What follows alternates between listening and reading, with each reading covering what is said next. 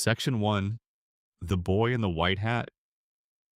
There is a boy standing at the edge of a forest clearing, and the world behind him is ancient and strange and full of things that should not exist. The sky is the color of a bruised peach. The clouds look like candy. Somewhere behind the tree line, something that used to be a bear is now something much more complicated than a bear, and it is hungry. The boy has a sword on his back. The sword is clearly too big for him. His hat is white and round and soft, with two little ears stitched onto the top of it, and it covers every single strand of hair on his head. He is 12 years old, and he does not know it yet, but he is the last human being living on the surface of the world. He looks at all of this, the impossible forest, the candy-colored sky, the creature making unnatural sounds in the undergrowth, and he grins. Not a nervous grin, not the kind of grin that covers fear. A real one. Genuine, bone deep, absolutely certain that this is exactly where he is supposed to be. This is Finn the human, and this is his story. It is a story about growing up in a world without any instructions, without any other people who look like you, or grew up the way you grew up, or understand what it means to carry the weight of being the last of something. It is a story about heroism and what happens when the version of heroism you learned as a child turns out to be incomplete. It is a story about fathers who disappoint, and mothers who sacrifice everything, and best friends who are also your family, the way love can shatter you and also save you, sometimes in the same afternoon. It is a story about arms, specifically about losing them, and what that loss means for a kid who defined himself by his ability to fight. It is a story about reincarnation and comets and cosmic stakes that would make a lesser person curl into a ball and refuse to get up. Finn never curls into a ball and refuses to get up. That is one of the most remarkable things about him. The world of Ooh, the land of Ooh, technically, though everyone just calls it Ooh, is what happens to Earth after the Mushroom War. The Mushroom War is never shown in full, never explained in complete detail, but what you piece together across 10 seasons of Adventure Time is that it was nuclear, it was catastrophic, it reshaped the surface of the planet at a molecular level, and it happened roughly 1,000 years before the story begins. Radiation does interesting things to living creatures. In this world, it did very interesting things. It created sentient candy. It created shape-shifting dogs. It created a vampire queen who has been alive since before the bombs fell. It created a king made of ice who was once a human man, who put on a terrible crown he should never have touched. The world that emerged from that ruin is strange and warm and terrifying, and often genuinely funny. And it has a very particular kind of beauty to it that you only get when catastrophe has had 1,000 years to become something new. There are entire kingdoms made of confectionery. The Candy Kingdom, ruled by Princess Bubblegum, with the precision of a scientist and the warmth of someone who quite genuinely loves her subjects, even when her subjects are being difficult. There is a Fire Kingdom where the inhabitants burn hot and live fast and answer to a king, who, when the series begins, has already committed the specific cruelty of imprisoning his own daughter in a lantern for the crime of being too powerful for him to control. There are Cloud Kingdoms and Slime Kingdoms, and kingdoms of living food items that have organized into constitutional monarchies, which is not something you would predict from the premise, but which makes complete sense once you spend time in Oo's particular logic. There's a forest full of magic users who have been doing strange things to themselves for centuries, and who form a loose confederation that is technically under the jurisdiction of a council that practically nobody respects. There is a treehouse in a clearing. The treehouse is important. It is where Finn and Jake live, and it is where the story comes home to over and over through everything that Adventure Time throws at its characters. It is not grand. It is not a castle or a fortress or a particularly strategic location. It is a treehouse, A tall one with multiple rooms stacked in a structure that defies normal arboreal geometry, but a treehouse nonetheless. And the fact that two people who have saved the world multiple times live in a treehouse is one of the things about Adventure Time that keeps it honest. Finn and Jake are not building an empire. They are not accumulating power or status or territory. They are two people who live in a tree and go on adventures and come home. And the home is the point. The home is what they are protecting when they protect Ooh. There are also people. Not human people, not traditionally, but sentient beings who feel and think and love and grieve and build societies and sometimes tear those societies down. An elephant named Tree Trunks makes apple pies and has a complicated romantic history. A small cube of cinnamon candy called the Cinnamon Bun grows across the series, from a comedically incompetent background character into someone who genuinely chooses loyalty and transformation. There is Lumpy Space Princess, who is a cloud of lumpy purple light and the single most melodramatic entity in any universe, whose self-absorption occasionally gives way to genuine heart. There is BMO, the console robot, who has a full inner life and an alter ego named Mo, and a singing voice and opinions about everything and who loves Finn and Jake with a purity that only a being without human defensiveness can maintain. Ooh is full of people, and Finn loves most of them, and that love shapes everything he does. In this world, most humans did not make it. The ones who survived the Mushroom War fled to a chain of islands far from the mainland, sealed themselves in, and tried to wait out the horror. They succeeded, mostly. They built a civilization that was careful and controlled and utterly separated from the chaos that Ooh became. They did not know what Ooh had become. They were afraid of what was out there.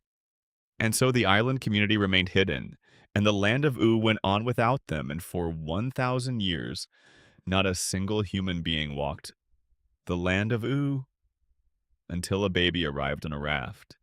That baby had no idea how remarkable his arrival was. He was too busy lying on a leaf and crying about having defecated on himself. He was found in the woods by a pair of anthropomorphic dogs named Joshua and Margaret, who brought him home, gave him a name, raised him as their son, and never really made too much of a fuss about the fact that he was a completely different species from everyone else in the house. This is the thing about Joshua and Margaret. They were good parents in a specific and uncomplicated way.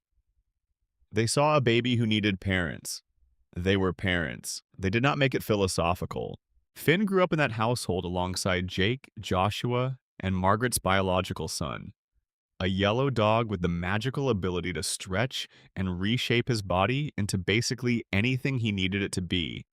Jake was a few years older than Finn, functionally, and the two of them developed the kind of bond that forms between brothers who grow up in the same house and fight over the same things and protect each other from the same monsters, and eventually, slowly, become extensions of each other in a way that makes the word brother feel almost insufficient.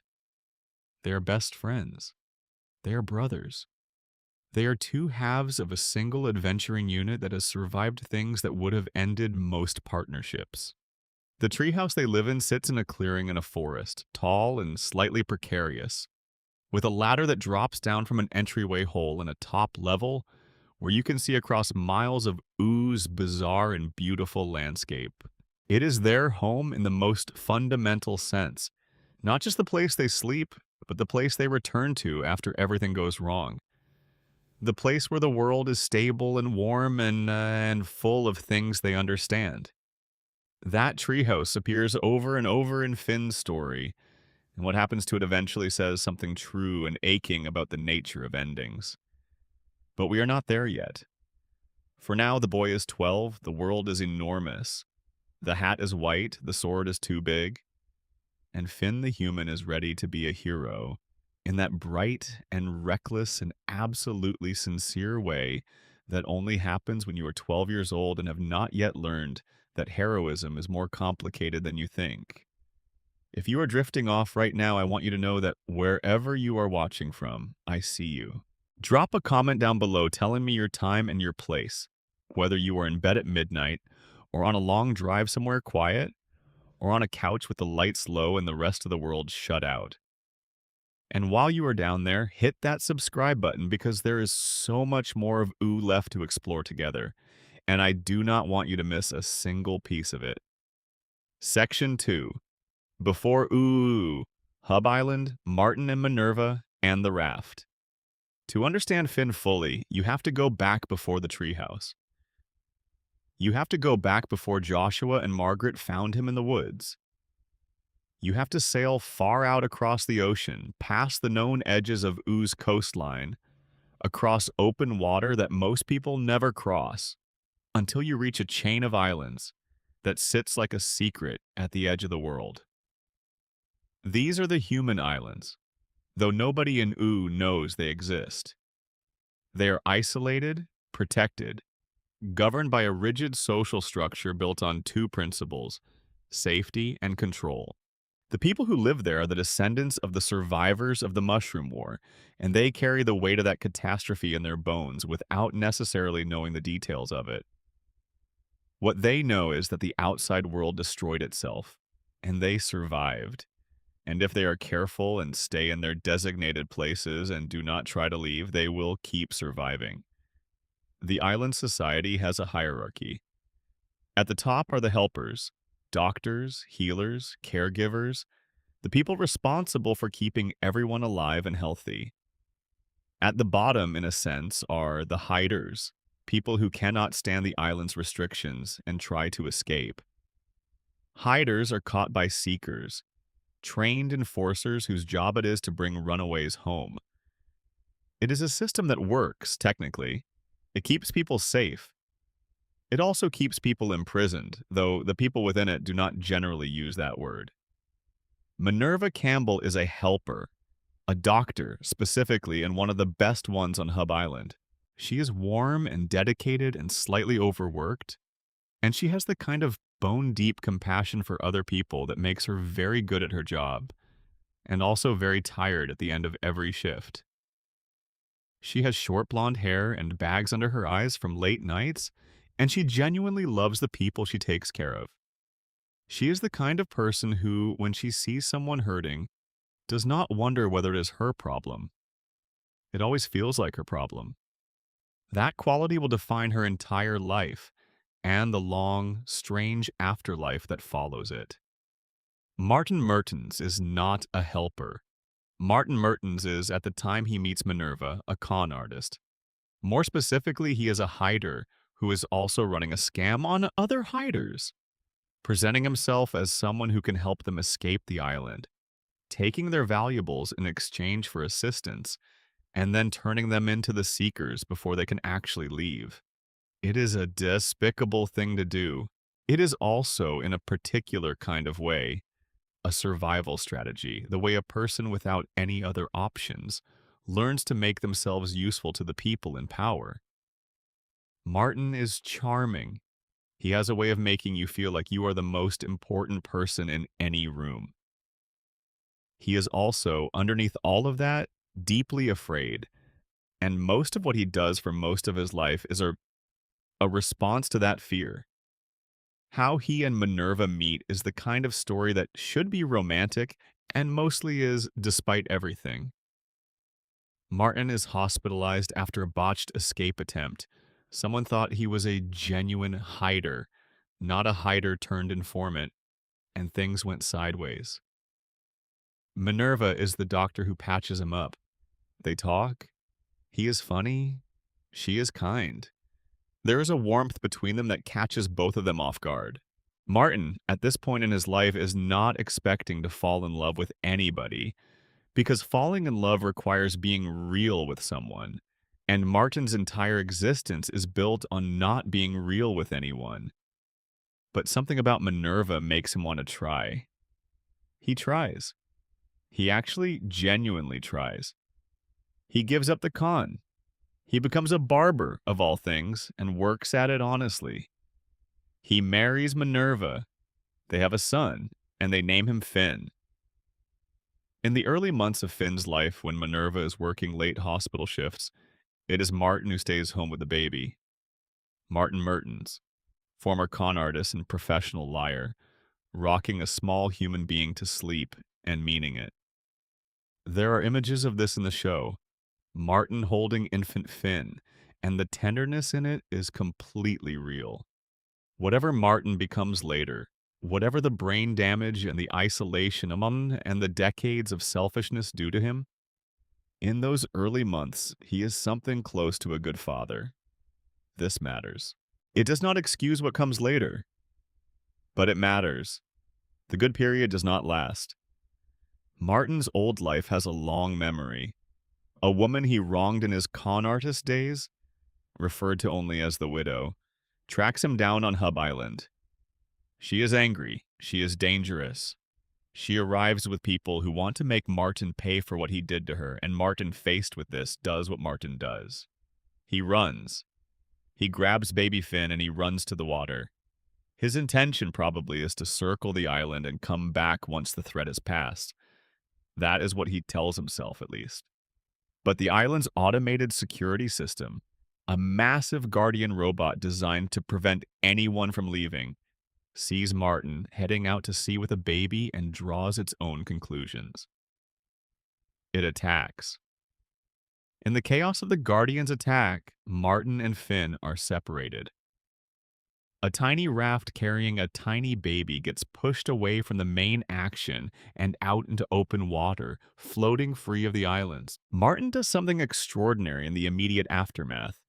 He actually fights the Guardian, single-handedly, in a moment of genuine heroism that costs him enormously. He survives. Finn survives. But they survive separately, and by the time the dust settles, Finn is drifting toward the mainland and Martin is gone, lost somewhere in the wreckage of whatever came next. Minerva, who was at work when all of this happened, comes home to an empty house and a missing husband and a missing son. The not knowing is almost worse than any answer could be. Finn drifts. Days or weeks or months. The show does not specify the timeline too precisely. The baby on the raft is small and crying and alone. The ocean around him is enormous. And then the raft touches land, and Finn is in ooh, and the next chapter of his life begins before he can understand that a first chapter has already happened. What the Mushroom War did to the animals of this land, the dogs especially, is part of what makes ooh what it is. Joshua and Margaret are fully sentient, fully capable of love and language and moral reasoning. They are walking and talking, and they have a house and children and a whole life. And when they find a human baby lying in the woods making boom boom on a leaf and crying, they do exactly what any good parent would do when they found an abandoned child. They take him home. Finn grows up not knowing any of this. He grows up not knowing about Hub Island or the Guardian or Martin and Minerva. He grows up as Finn, Jake's little brother, Joshua, and Margaret's adopted human son. He grows up in a world of candy and magic and ancient ruins and dungeons full of monsters. And it is the only world he knows, and it is his, completely and without qualification. The thing about not knowing where you come from is that it leaves a particular kind of emptiness in you.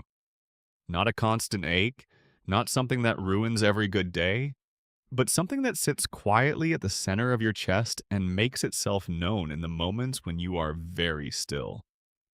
Finn carries that emptiness for years before he has a name for it. He will spend a significant portion of his teenage years trying to fill it, in ways that go badly and in ways that surprise him with how right they feel. But that is later. First, the treehouse, the sword, and the wide world of ooh. Section 3, Found in the Woods. Growing up in ooh. Joshua and Margaret did not overthink it. This is one of the most underrated things about them as parents. They found a baby, they brought him home, they raised him as their son. And when he grew up asking questions about being a hero and wanting to know the right thing to do, they gave him the best answers they had. Joshua was, by all accounts, a bit rough around the edges, a monster hunting adventurer himself in his youth, with more than a few secrets that Finn does not fully uncover until much later. Margaret was warm and organized, and the kind of mother who kept the household functioning even when everything around it was chaos. Together, they made Finn into who he is, which is to say, they made someone fundamentally good in a world that gives you plenty of reasons not to be. The thing that defines young Finn, the thing that Adventure Time returns to over and over as the bedrock of his character, is his code. He has a hero's code. He figured it out himself, mostly with some help from stories and idols and the general shape of the world around him, but it is his. It is simple on the surface. Help anyone who needs help. Fight for what is right. Do not compromise on those things. The code comes from a specific moment that Finn remembers even as he gets older. Being a helpless baby in the woods, lying on that leaf, waiting for someone to come. Someone did come, and so he grows up knowing, in the most direct and personal way possible, that help matters. That showing up for someone who cannot show up for themselves is one of the most important things you can do. This code drives him into a version of knighthood that is partly medieval and partly completely original to Ooh. He and Jake explore the dungeons carved into the hills around their home. They fight monsters that range from genuinely terrifying to deeply absurd.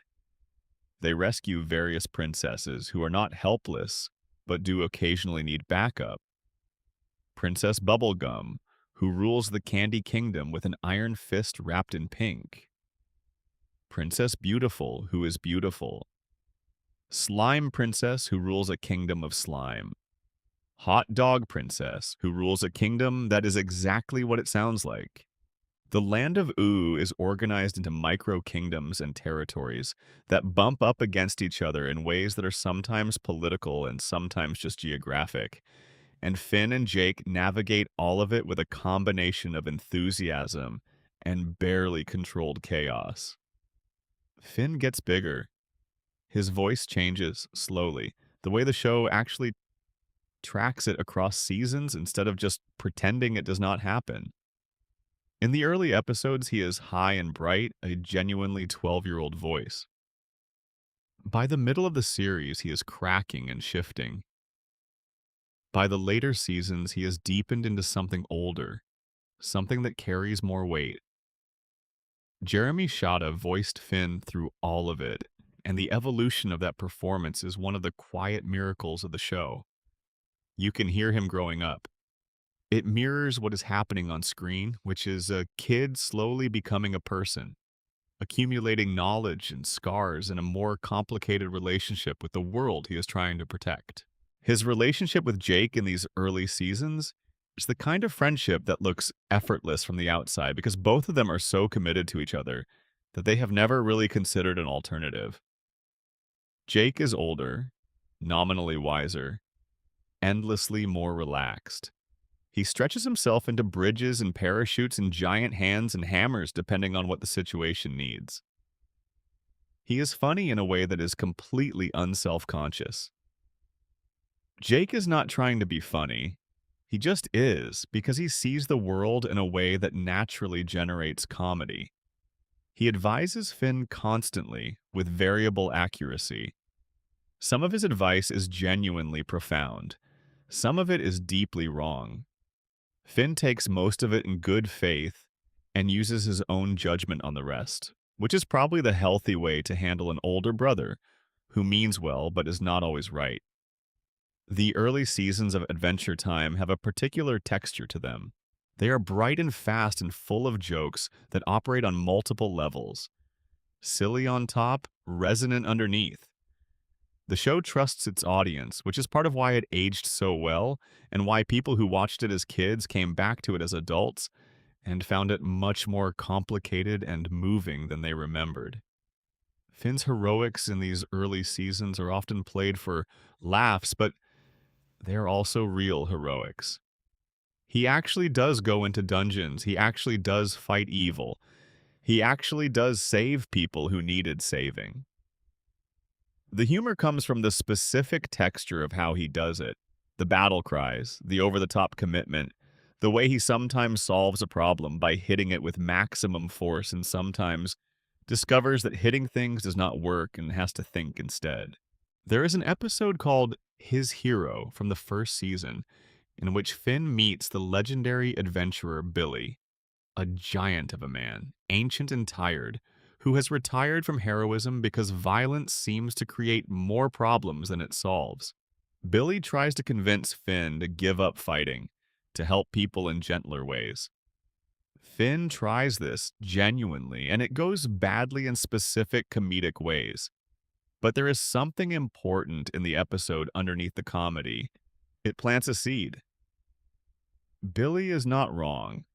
Finn does not fully understand this yet, but he will spend years slowly learning the same lesson in harder ways. The code is right. The method needs to evolve. It also sets up Billy as one of the most important figures in Finn's story. Not because Billy is wise or correct, but because Finn loves and admires him with a completeness that makes Billy's eventual fate devastating. This is also typical of how Adventure Time uses its characters. Nobody introduced as a hero stays simple. Nobody introduced as a villain stays purely evil. The world of Ooh is full of people who are in the middle of their own complicated stories, and Finn is constantly running into them and having to recalibrate what he thinks heroism requires. His social world expands during these years in ways that are genuinely touching. He befriends Marceline the Vampire Queen, who is at least 1,000 years old and carries the history of the entire post-war world in her memory and her music. Their friendship is not what you would expect, the ancient undead rock musician and the 12-year-old human kid. But it works because both of them have a kind of directness and energy that matches. Marceline tests Finn constantly in the early days, partly because testing is how she processes people, and partly because she wants to know if he is actually what he seems to be. He is. She respects that. They become genuine friends, which is a bigger deal than it sounds because Marceline does not make friends lightly. He also navigates his early, pre-romantic relationship with Princess Bubblegum. She is technically 18 when the show begins. Finn is 12, and the gap makes any actual romance impossible. But the seeds are there in the early seasons. He is impressed by her. He wants her to see him as a peer, as someone worthy of her attention. She treats him with a kind of fond respect that is not exactly romantic, but is not entirely not. And the two of them exist in an orbit that is important and complicated and unresolved until it quietly resolves itself several seasons in. More on that later. For now, Finn is growing up. Ooh is his. The sword is getting less absurdly oversized as he grows into it. And the world is about to get much more complicated. Section 4, The Hero's Code. Billy, the Enchiridion, and the Lich. Every hero needs an origin that clarifies what they are fighting for. In Finn's case, that origin is partly the forest where he was found, the vulnerability of infancy, the radical dependency on the kindness of strangers, and partly the Enchiridion. The Enchiridion is a book, a magical book, the kind that glows with righteous energy when held by someone whose heart is genuinely pure. It is described as a handbook for heroes. The first season episode bearing its name sends Finn and Jake through a series of escalating moral challenges to claim it. And the challenges are interesting because they are not straightforward tests of courage or strength. They require judgment. They require the willingness to act against your instincts in service of something true. There is a moment in that episode where Finn has to kiss a gnome who has been described as extremely ugly. The gnome is not actually ugly. Really, the test is whether Finn will do the kind thing even when it is embarrassing. He does. He gets the book. This is early season Finn at his most distilled, moral reflex so deeply ingrained that it overcomes social discomfort without a second's hesitation. The Enchiridion becomes a symbol of that purity, the physical proof that Finn is what he says he is. Its significance will come back around in a much darker context later in the story, but in the beginning it is simply Finn earned this thing that represents heroism because he is genuinely heroic. His second major encounter with the Lich happens at the end of Season 2, in the two-part finale Mortal Folly and Mortal Recoil. The Lich is the great evil of Oo, an ancient undead being made of dark magic, the physical embodiment of death and extinction, wearing a crown of shadowy flame and wrapped in a tattered robe that trails the smell of the end of the world. He has been imprisoned, sealed away, and he wants out. He gets out. What follows is genuinely frightening for a cartoon, because the Lich operates on a different register from most of Adventure Time's antagonists. He is not funny. He is not sympathetic. He is not complicated and not sympathetic. He is not complicated in the way that makes you wonder about his backstory. He simply wants to extinguish everything, and he wants this with a purity of purpose that is its own kind of horror. What matters for Finn's story is how he fights the Lich in these episodes. He does not fight cleverly. He does not outsmart him. He fights with sheer, furious determination and eventually defeats him by throwing a sweater at him, a pink sweater that Princess Bubblegum knitted, warm with love and intention, and the Lich cannot touch it because that is not the kind of force he understands. This is a deeply weird and specific piece of Adventure Time logic, but it says something true. The Lich is made of destruction, and the things that defeat destruction are not weapons. They are acts of connection and care. The sweater works because someone made it with love for someone they loved. Finn throwing it is him using that love as a weapon, which is heroism in its most Adventure Time form. The Lich returns repeatedly because he is the Lich, and that is what he does. He is imprisoned in a giant amber glob. He escapes. He possesses Princess Bubblegum's body. Finn has to deal with that. He haunts the background of the story the way genuine evil haunts the background of life. Never entirely gone, always waiting to re-emerge in a new form, requiring constant vigilance. But the fourth season finale introduces a new dimension to the Lich story that recontextualizes everything. The episode is called The Lich. Billy has been murdered. The Lich is wearing Billy like a suit. And the Lich, using Billy's voice and Finn's deep love for Billy as a weapon, manipulates Finn into gathering the items he needs to activate the Enchiridion as a key to the multiverse's wish room. This is the moment when Finn's hero code gets used against him for the first time. His love for Billy, uncomplicated, genuine, deep, is exploited by an entity that does not love anything and cannot conceive of love as real. The Enchiridion, that symbol of Finn's heroism, is turned into a tool of mass destruction. This matters because it forces Finn to reckon with something that very few 12 to 14-year-olds ever have to reckon with. The fact that goodness can be weaponized, that caring is a vulnerability, that the qualities that make you a hero are the same qualities that can be exploited by something that knows you well enough to find them. The sequence of events in the fourth season finale leads directly to Prismo's time room, the Lich's terrible wish, and the farm world alternate universe. A version of Oo where Simon Petrikov never became the Ice King because he heroically stopped the mushroom bomb before it exploded, which means the mutations never happened, which means the land of Oo never formed in the way it did, which means everything that Finn knows as home was contingent on a catastrophe. Finn in Farm World is a human teenager among other humans, which sounds like it should be comforting but is deeply unsettling, because what that world shows is that human civilization without the 1,000-year-old wisdom that Oo earned through surviving disaster is fragile and ugly and full of its own violence. Finn's counter wish, wishing the Lich had never existed, is his first use of truly cosmic power, and it creates rather than solves. This is a theme that Adventure Time will return to repeatedly with Finn. His instinct to fix everything runs ahead of his understanding of how systems work. He wants the world to be better, and when he has the tools to make it better, he uses them without thinking through the downstream consequences. This is not stupidity. It is a form of moral urgency that is beautiful and dangerous in equal measure. He is so committed to good outcomes that he occasionally creates bad ones. He gets back to the right universe eventually, at significant cost.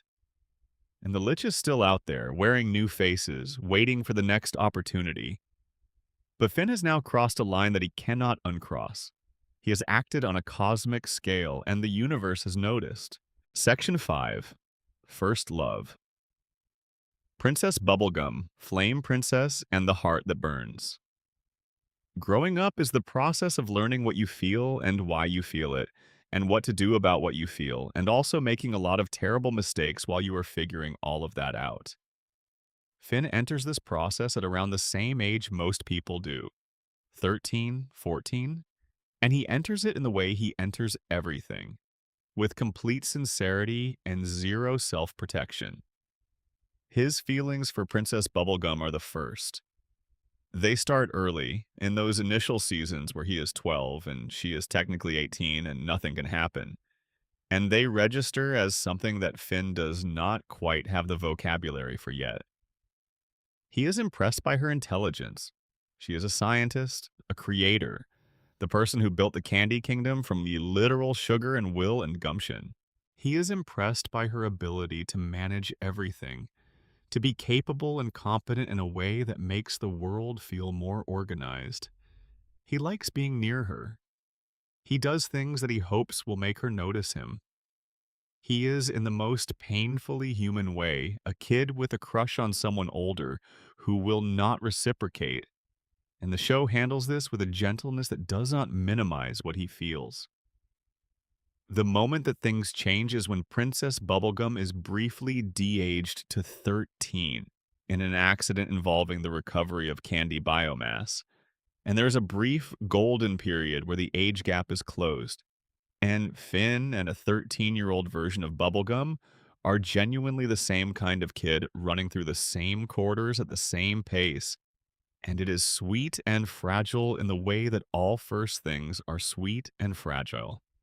It does not last.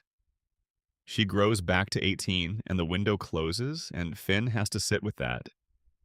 He sits with it poorly, which is entirely appropriate. He cries. He writes bad poetry. He throws himself into dangerous situations more recklessly than usual. This is all extremely normal behavior for a heartbroken 14-year-old, and the show does not judge him for it. It does not rush past it either. His unrequited feelings for Bubblegum are treated as real and significant, not as a silly kid thing that should not be taken seriously. Because feelings at 14 are not silly. They are the first major ones you have ever had, and their intensity is proportional to your inexperience with them, which means they hit you like a freight train every single time. Jake, bless him, responds to Finn's romantic misery in classic Jake fashion. He decides to fix it by finding Finn a new girlfriend. He visits the Fire Kingdom and meets Flambeau, a small pyromaniac creature with connections, and asks if he knows any princesses who are about Finn's age. Flambeau takes Jake to the Fire Kingdom's main chamber, where a girl in a lantern is burning with a cold, furious light. Her name is Phoebe, though everyone knows her as the Flame Princess. Her father, the Flame King, put her in that lantern when she was an infant on Princess Bubblegum's advice, because the Fire Kingdom scientists had determined that Flame Princess's emotions could destabilize her elemental matrix to such a degree that she could literally burn the planet from the inside out. The Flame King put her in a lantern instead of, say, working with her to understand her powers, which tells you everything you need to know about the Flame King. Jake introduces Finn to the Flame Princess in the episode Incendium, and what follows is one of Adventure Time's most interesting romantic arcs precisely because of how real it feels. Flame Princess is angry and wild and burning, and she does not know how to be gentle because nobody has ever been gentle with her. She is, by the alignment system that the show uses, chaotic evil at the point she and Finn meet. Not because she wants to be evil, but because nobody has ever shown her a different way of being. She sets things on fire. She does not apologize. She stares at Finn when he first approaches her with a wariness that is half fear and half challenge. And Finn, who is coming off a heartbreak and looking for someone to love, sees her and says something so Finn that it has to be quoted. She's like the steam off a puppy's nose searching for ham in snow. This is an absolutely absurd simile and also completely sincere, and it perfectly captures how Finn's emotional vocabulary works. He reaches for imagery because direct language does not feel big enough for what he feels. And the imagery he reaches for is always just slightly surreal because Finn has grown up in a slightly surreal world. Their relationship develops carefully because it has to. They cannot touch without Finn getting burned. He wraps himself in tinfoil for hugs. He makes adjustments. He is patient in a way that is touching, given that he is 14, and patience at 14 is a constant battle against your own nervous system.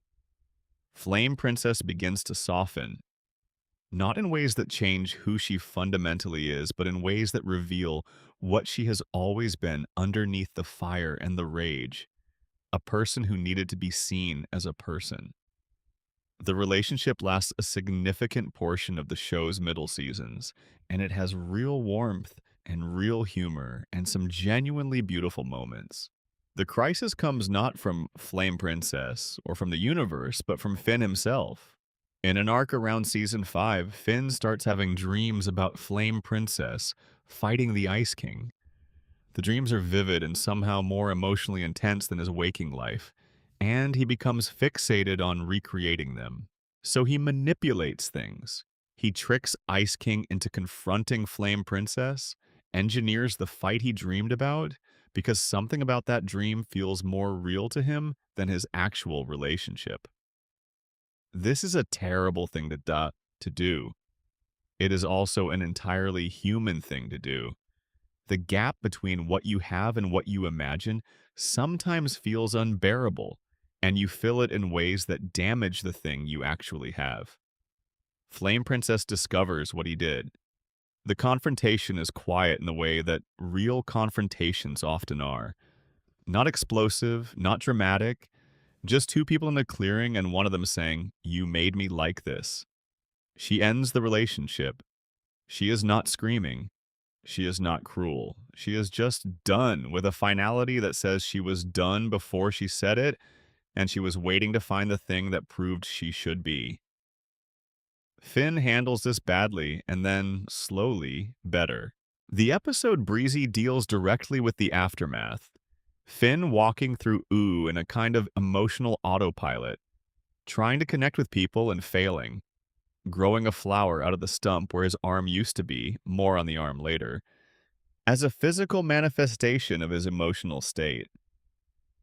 It is one of the more genuinely uncomfortable Finn episodes, because it shows him at his most lost, without the heroism to retreat into. Just a boy moving through a world that does not currently feel like his. But he comes back. He always comes back. That is one of the most reliable things about Finn. He gets knocked down, he stays down for a while, and then he gets up. Not because he has figured everything out, because he is constitutionally incapable of staying down permanently. He rekindles his friendship with Flame Princess, eventually, on better terms than their romance. She becomes the ruler of the Fire Kingdom after deposing her terrible father. And the version of her that exists post-relationship is more powerful and more herself than the version Finn first met.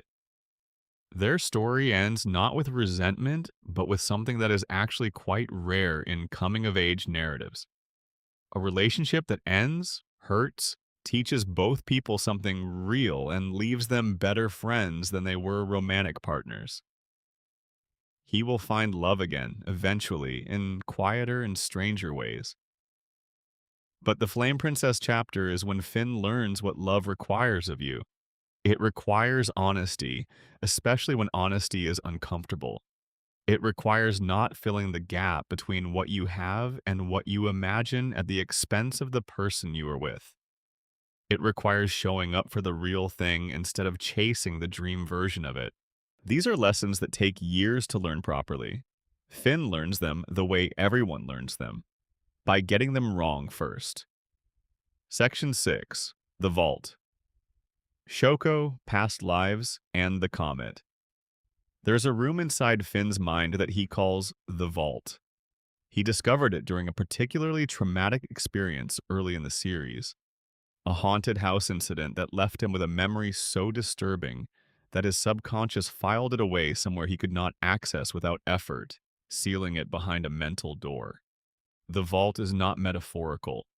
In Adventure Time, where minds and dreams and astral planes are as real as anything physical, Finn's psychological filing system is a genuine place he can visit. BMO has a regression simulator, a hypnosis program, that can take him there. When Finn finally visits the vault in the Season 5 episode of the same name, what he finds inside it is a ghost, a green-skinned woman with long, dark hair and one arm, who has been haunting his dreams and his sleep for years, without him understanding why. Her name, as the vault reveals, is Shoko. Shoko is Finn's past life, not in the loose, metaphorical sense, in the literal, mechanistic Adventure Time sense, where reincarnation is a real process governed by real cosmic rules, and certain souls cycle through different forms across centuries, carrying some quality or purpose that persists across the transitions. Shoko lived roughly 800 years before Finn, in the early days of what would eventually become the Candy Kingdom. She was a thief with one arm, hired by the Bathboy gang to steal Princess Bubblegum's amulet. Shoko was skilled and efficient and fundamentally decent underneath the criminal surface. She stole because it was how she survived, not because she wanted to hurt anyone. What makes Shoko's story so painful and so important to understanding Finn is how directly it mirrors Finn's own. Like Finn, Shoko was abandoned by her parents. Like Finn, she found herself without the protection and guidance of a family. Like Finn, she became close to Princess Bubblegum. They were friends, genuinely, in the time before Shoko's mission was exposed. And like Finn, she was given a robotic arm by Princess Bubblegum to replace the limb she had lost. The difference is that Shoko did not have Finn's moral clarity. She could not refuse the job. She could not choose the friendship over the contract. She stood in the castle where Bubblegum trusted her, and she stole the amulet anyway. And as she ran from the Gumball Guardian's laser fire, she fell into a river of toxic chemical waste that mutated her, destroyed her, and eventually killed her. She crawled out of the river to the base of a tiny sapling and died there with the amulet still in her hands and the guilt of her betrayal still in her chest. The tree grew around her. The tree became the treehouse. Shoko's skeleton and the amulet she stole sat in the foundations of Finn and Jake's home for centuries. When Finn learns all of this, he immediately goes to Bubblegum and returns the amulet. The ghost of Shoko, which has haunted him without him knowing what it was, finally rests when the amulet passes back to the hands it was stolen from. This is one of the show's more quietly devastating moments, because what Finn is doing here is completing an act of restitution that his past self could not complete. Fixing in this lifetime the wrong done in a previous one. The show does not spell this out with a lecture. It just shows Finn digging up his kitchen floor and Bubblegum arriving confused, and the amulet being returned, and then the ghost is just gone. The story is closed. The soul can rest. Finn's past lives extend further than Shoko. Through hypnotic regression and various cosmic encounters, the show reveals that the soul which is currently Finn has taken multiple forms across the span of time. Before Shoko, there was a butterfly. Before that, a pink amorphous blob from a higher dimension, a thing that Finn in the regression doesn't even quite know how to categorize. Just sentient, just aware, just existing in a form beyond the categories of creatures he knows. And before that, before all the biological forms, before the soul was ever contained in a living thing, a comet, the blue catalyst. Comet. Comets in Adventure Time are not random astronomical debris. They are repositories of cosmic purpose, forces that carry intention across the universe and reshape whatever they strike. The green catalyst comet is the Lich, the same comet that struck the Earth and created the Mushroom War, the same catastrophe that ended human civilization and began Ooh, the same death force that the Lich embodies. Good and evil in Adventure Time are not abstractions. They have mass. They have velocity. They strike worlds. The blue catalyst comet is the counterforce. Pure good, pure life-affirming purpose, seeking form in which to work against the destruction the green comet represents. It became Shoko. It became the butterfly. It became the pink blob. And it became Finn, the last human on the surface of Ooh, raised by dogs who found him in a forest, growing into a hero who would be the one person standing against the Lich's plan for extinction across multiple timelines. Finn is not accidentally heroic. He is a force of good that has been accumulating across lifetimes, learning in each iteration what it means to act with integrity, getting closer each time to the version of itself that can actually do what the universe needs done. This recontextualizes everything about Finn's story. The simplicity of his hero code is not naivety. It is the distillation of multiple lifetimes of trying to figure out what the right thing is. His instinctive reach for justice is not just character, it is history. The white hat is not just a fun hat, it is a kind of mark. There are other Catalyst comets in the show's cosmology, including a purple one that arrives in the season 6 finale and offers Finn something that surprises him: a choice. The choice the purple Catalyst comet presents is this: you can leave. You can stop being what you are, stop being human and mortal and limited, and tied to this specific form in this specific world, and instead become something cosmic, boundless, free of the specific griefs and joys and complications that come with having a body and a name and a past. The comet does not frame this as a temptation. It frames it as a door. Here is what you have been. Here is what you could become. Choose. Finn says no. Not because the door is not real, and it's not because the freedom does not appeal to him on some level, but because Ooh is his home and his friends are there and he cannot imagine abandoning them for something larger, even if the something larger is genuinely cosmic. Martin Mertens, standing nearby in one of his final appearances in Finn's life, says yes to the same door and disappears into the comet, transformed into something non-physical, leaving Finn behind in the most final way a father can leave a son. Finn watches him go. He is sad. He is also somehow okay. Because the comet's offer clarified something that Finn has been working toward his whole life. He does not want to transcend his limitations.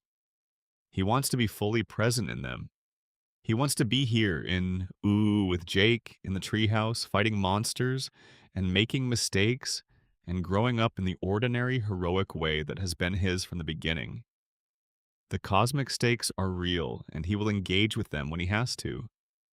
But what he actually wants is the small life, the full life, the one that has dirt and friendship and breakfast and mornings where the sky looks like candy and everything is strange and right. Section 7. A Father Who Wasn't. Martin, the Citadel, and the Arm. In the season 5 finale, in the ruins of an adventure that has gone very wrong, the legendary hero Billy tells Finn something that tilts his entire world. Your father is alive? He is not dead. He is imprisoned in a cosmic prison called the Crystal Citadel, a structure that floats outside normal space, holding the universe's most dangerous criminals in crystalline stasis. Your father is there. He is waiting. Finn hears this and is immediately completely undone. He has carried the absence of his biological parents quietly for years. He has not made a dramatic case about it. He has accepted Joshua and Margaret as his real parents, as the people who raised him and loved him and matter. But the knowledge that there is a biological father out there, alive, reachable, hits him somewhere deep that he did not entirely know was still vulnerable. He cries, he plans, he decides to go. Getting into the Citadel requires committing a cosmic crime. Prismo, the Wish Master, the two-dimensional entity who lives at the center of time, explains this to Finn and Jake, and then the Lich, in a moment of cold and devastating opportunism, murders Prismo to use the cosmic crime loophole himself, and takes Finn and Jake along to the Citadel on accident. Everything that follows in the Season 6 premiere is wrapped in that contamination. Finn gets what he came for, but he comes for it in the wake of the Lich killing one of the people he cares about, and the Citadel is already crumbling around them when he finally finds his father. Martin is crystallized when they first see him.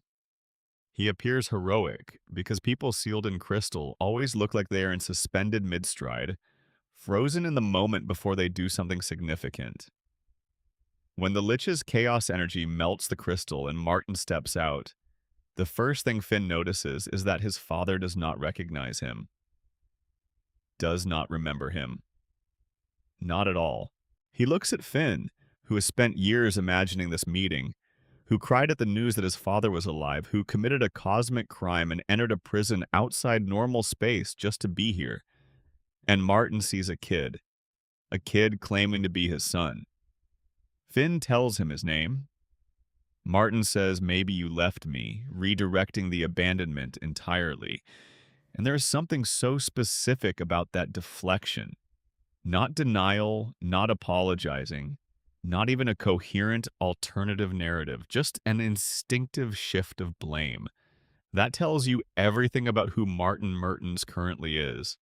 The Citadel is collapsing. The Lich's magic has destabilized the Guardians and the prison alike. Martin, in full survival mode, begins working the room, charming the other escaped criminals into accepting him as their leader in exchange for help getting out. He does it well. Martin is genuinely charismatic, even in this reduced and damaged form. He gets himself onto an improvised escape vehicle, a floating chunk of the Citadel held together by a large organic vine, and he is about to leave. Finn chases him. Of course he does. Of course, Finn cannot let go, even when Jake is telling him to let it go, even when the rational case for releasing this person and returning home is overwhelming. Even when every piece of evidence available says that this man does not love him and has no intention of becoming the father Finn needs. Finn grabs the vine. He holds on. He will not let go because letting go means accepting that his father is exactly what all the evidence suggests he is. And Finn is not built for that kind of surrender. The grass sword. The cursed grass blade that has been living in Finn's arms since a mid-season 4 episode where he bought it for $3 from a wizard he should not have trusted, has its own instincts. It senses the magnitude of what is happening. It has been waiting for something like this. As the vine is cut and Martin's escape vehicle begins pulling away, the grass sword activates, shoots out of Finn's arm, and envelops the entire limb, trying to extend Finn's reach long enough to hold on. It fails. The grass takes over Finn's arm, and when the escape vehicle pulls far enough away, the whole construction, grass, sword, arm, is ripped from Finn's body. Finn falls. He lands on the remains of the citadel, armless on his right side, and the Lich is somewhere nearby in an unfamiliar new form. And Martin is gone, genuinely gone, disappearing into space with a collection of cosmic criminals who do not know or care about the son he left behind. Jake eventually appears. He shows Finn something that is also strange and terrible and somehow also funny, because this is adventure time. The Lich has been splashed with the Guardian's healing blood, and it has regrown flesh around his skeleton, and the Lich, ancient undead embodiment of extinction, has been transformed into a giant, innocent, cheerfully destructive baby. Finn and Jake drop the Lich baby off at Tree Trunks and Mr. Pig's doorstep because they genuinely do not know what else to do with him. And then they go home. The aftermath of losing the arm takes Season 6 a long time to work through, and it does it carefully. There's an episode called The Tower, in which Finn, using a telekinetic prosthetic arm generated by sheer emotional force, begins building a tower into space with the stated intention of flying up there and ripping his father's arm off. He gets very high. He meets a cloud person named Carol, who becomes a gentle presence in his grief. He eventually realizes, high in the atmosphere and oxygen deprived, that this plan is not going to give him what he needs. Princess Bubblegum, who has been watching from below with concern, stages a kind of therapeutic intervention that plays out as dark comedy. But the resolution is real. Finn comes down from the tower. He does not have his arm. He does not have his father. He has Jake, who has been waiting at the bottom the entire time. The flower that grows from Finn's shoulder stump becomes one of the season's most interesting symbols. It blooms and wilts in response to his emotional state. It is beautiful and fragile and clearly not a permanent solution. But there is something appropriate about it. The arm that was taken by a sword that grew like a plant, replaced by an actual plant. Finn carrying his grief as a flower. The universe responding to his loss with something alive. Later, in the episode Breezy, a Bee Kingdom story gets intertwined with Finn's emotional recovery in ways that are easy to read as metaphor. The Bee Queen's love for Finn, the regeneration of the flower into the arm, the slow return of vitality. It is not a simple fix, and Finn does not emerge from Breezy entirely healed. But the arm grows back eventually with a thorn in the palm, the last trace of the grass sword still embedded, still there. The sword and the father and the grief are all still present, just changed in form. That thorn in the palm becomes significant again much later, in ways neither Finn nor the audience can predict. The Martin arc is not about the father who comes back. It is about the father who does not come back and what that means for the son who was hoping he would. Martin appears twice more in the series after this. Once living with a tribe of villagers he is manipulating, once just before the comet. But he does not become what Finn needed him to be, not really. The flashback in the Islands miniseries shows us Martin, before the brain damage. Martin who loved baby Finn with something genuine, but that Martin is gone. The one Finn knows is all that is left, and Finn has to decide what he is going to do with that reality. What he does is accept it. Not happily, not without pain, but with a specific kind of clear-eyed courage that is one of the most mature things the show depicts. When the comet offers Martin a door and Martin walks through it, Finn watches him go. He does not chase this time. He had said everything he needed to say and received everything Martin was capable of giving, which was not much. And now it is done. The acceptance is quiet and complete, and it costs him something that he pays without complaint. Then he turns around and goes back to, Section 8, Fern. The grass doppelganger and the question of identity. The grass sword did not stop existing when it was torn from Finn's arm at the Citadel. It regenerated because curses are persistent things, and by the time Finn's arm grew back in the Breezy episode, the grass sword had returned too. living in his new arm the way it had lived in the old one, waiting. By the season 7 finale, Finn is 16 and the world has thrown a great deal at him, including a fight with Susan Strong that goes wrong enough to send her into a coma. During this fight, the grass sword activates without Finn's permission, responding to the threat in ways he cannot control. He punches his own arm, forcing the grass tentacles to retract. They touch the Finn sword. The Finn sword requires explanation. Earlier in the series, in the Prismo arc around seasons 4 and 5, an alternate timeline version of Finn was transformed into a sword.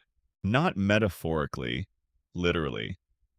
The Finn of a different timeline, through a specific sequence of events involving wishes and paradoxes, ended up crystallized into the physical form of a blade. This sword, which Finn carries out of the time room, is an alternate self compressed into the shape of a weapon. There is a tiny version of that alternate Finn living inside it, and that tiny Finn's consciousness is intact, his identity preserved but constrained. When the grass sword's tentacles touch the Finn sword, something happens that the show had been foreshadowing since the grass sword's first appearance. The two merge.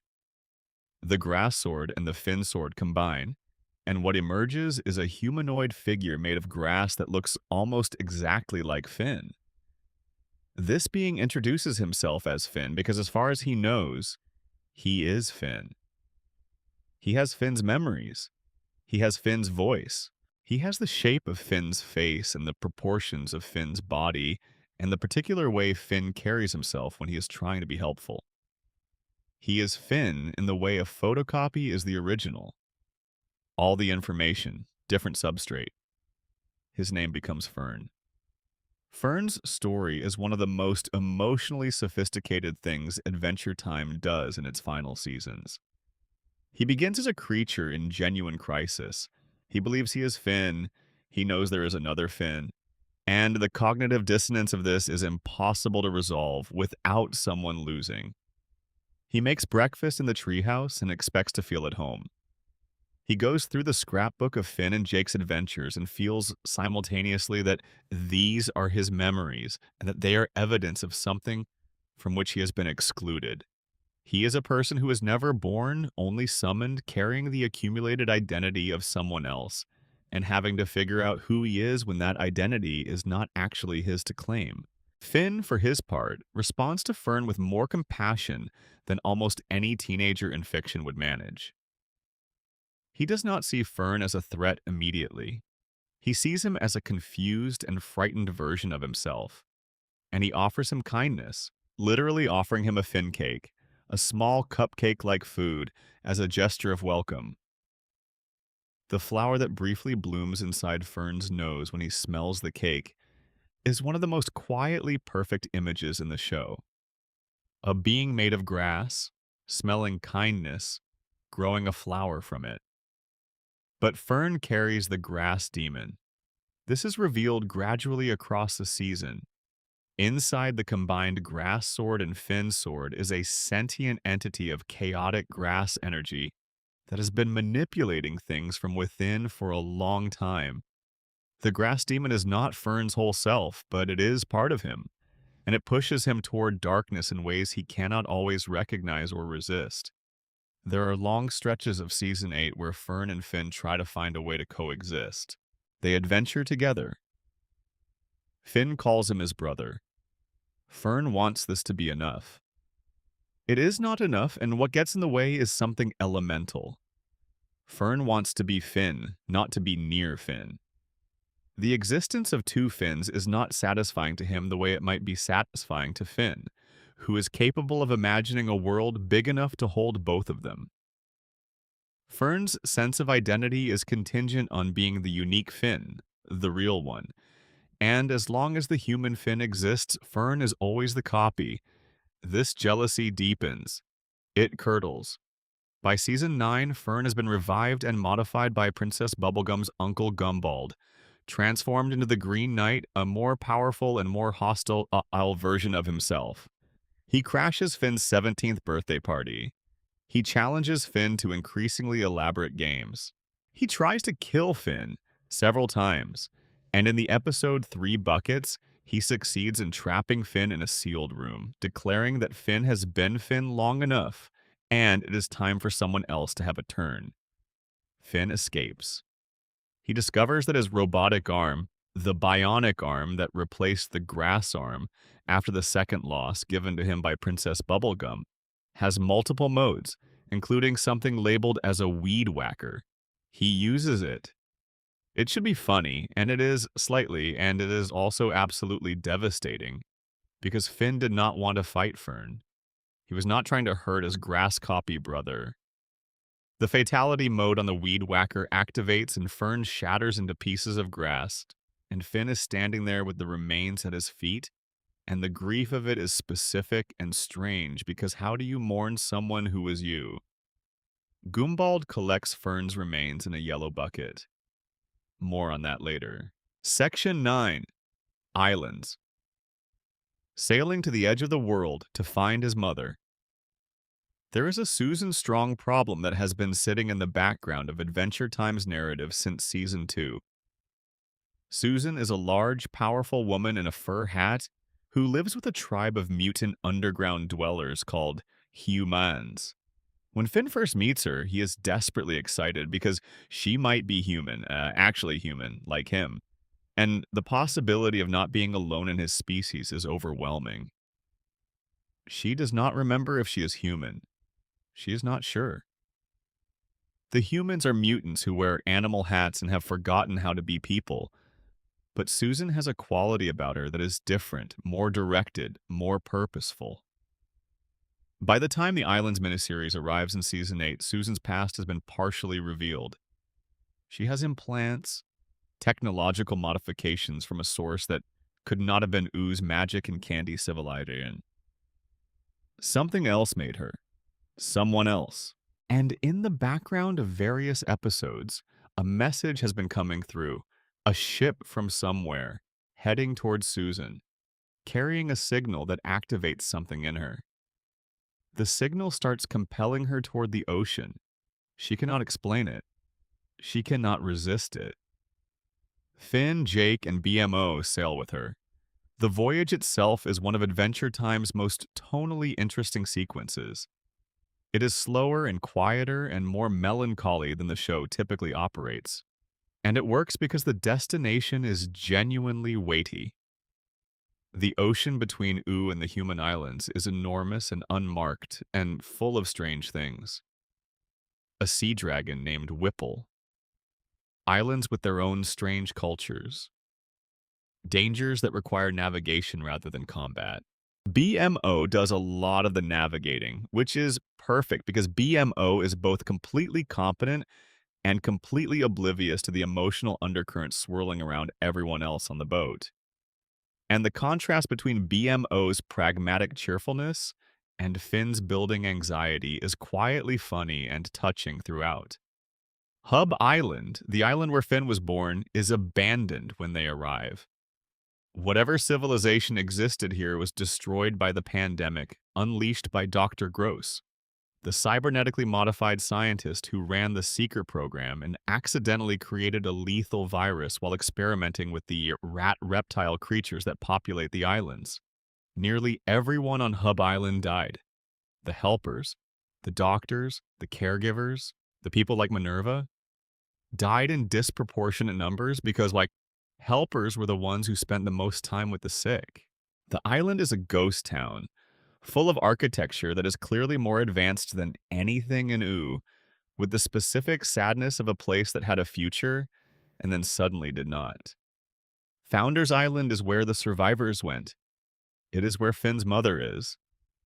The way Finn meets Minerva is one of the most careful pieces of plotting in the entire run of the show. He walks through the streets of Founders Island, which is populated and functioning and clearly more technologically advanced than anything he has encountered in Ooh, and he sees a woman helping a large man who has fallen over. She is everywhere.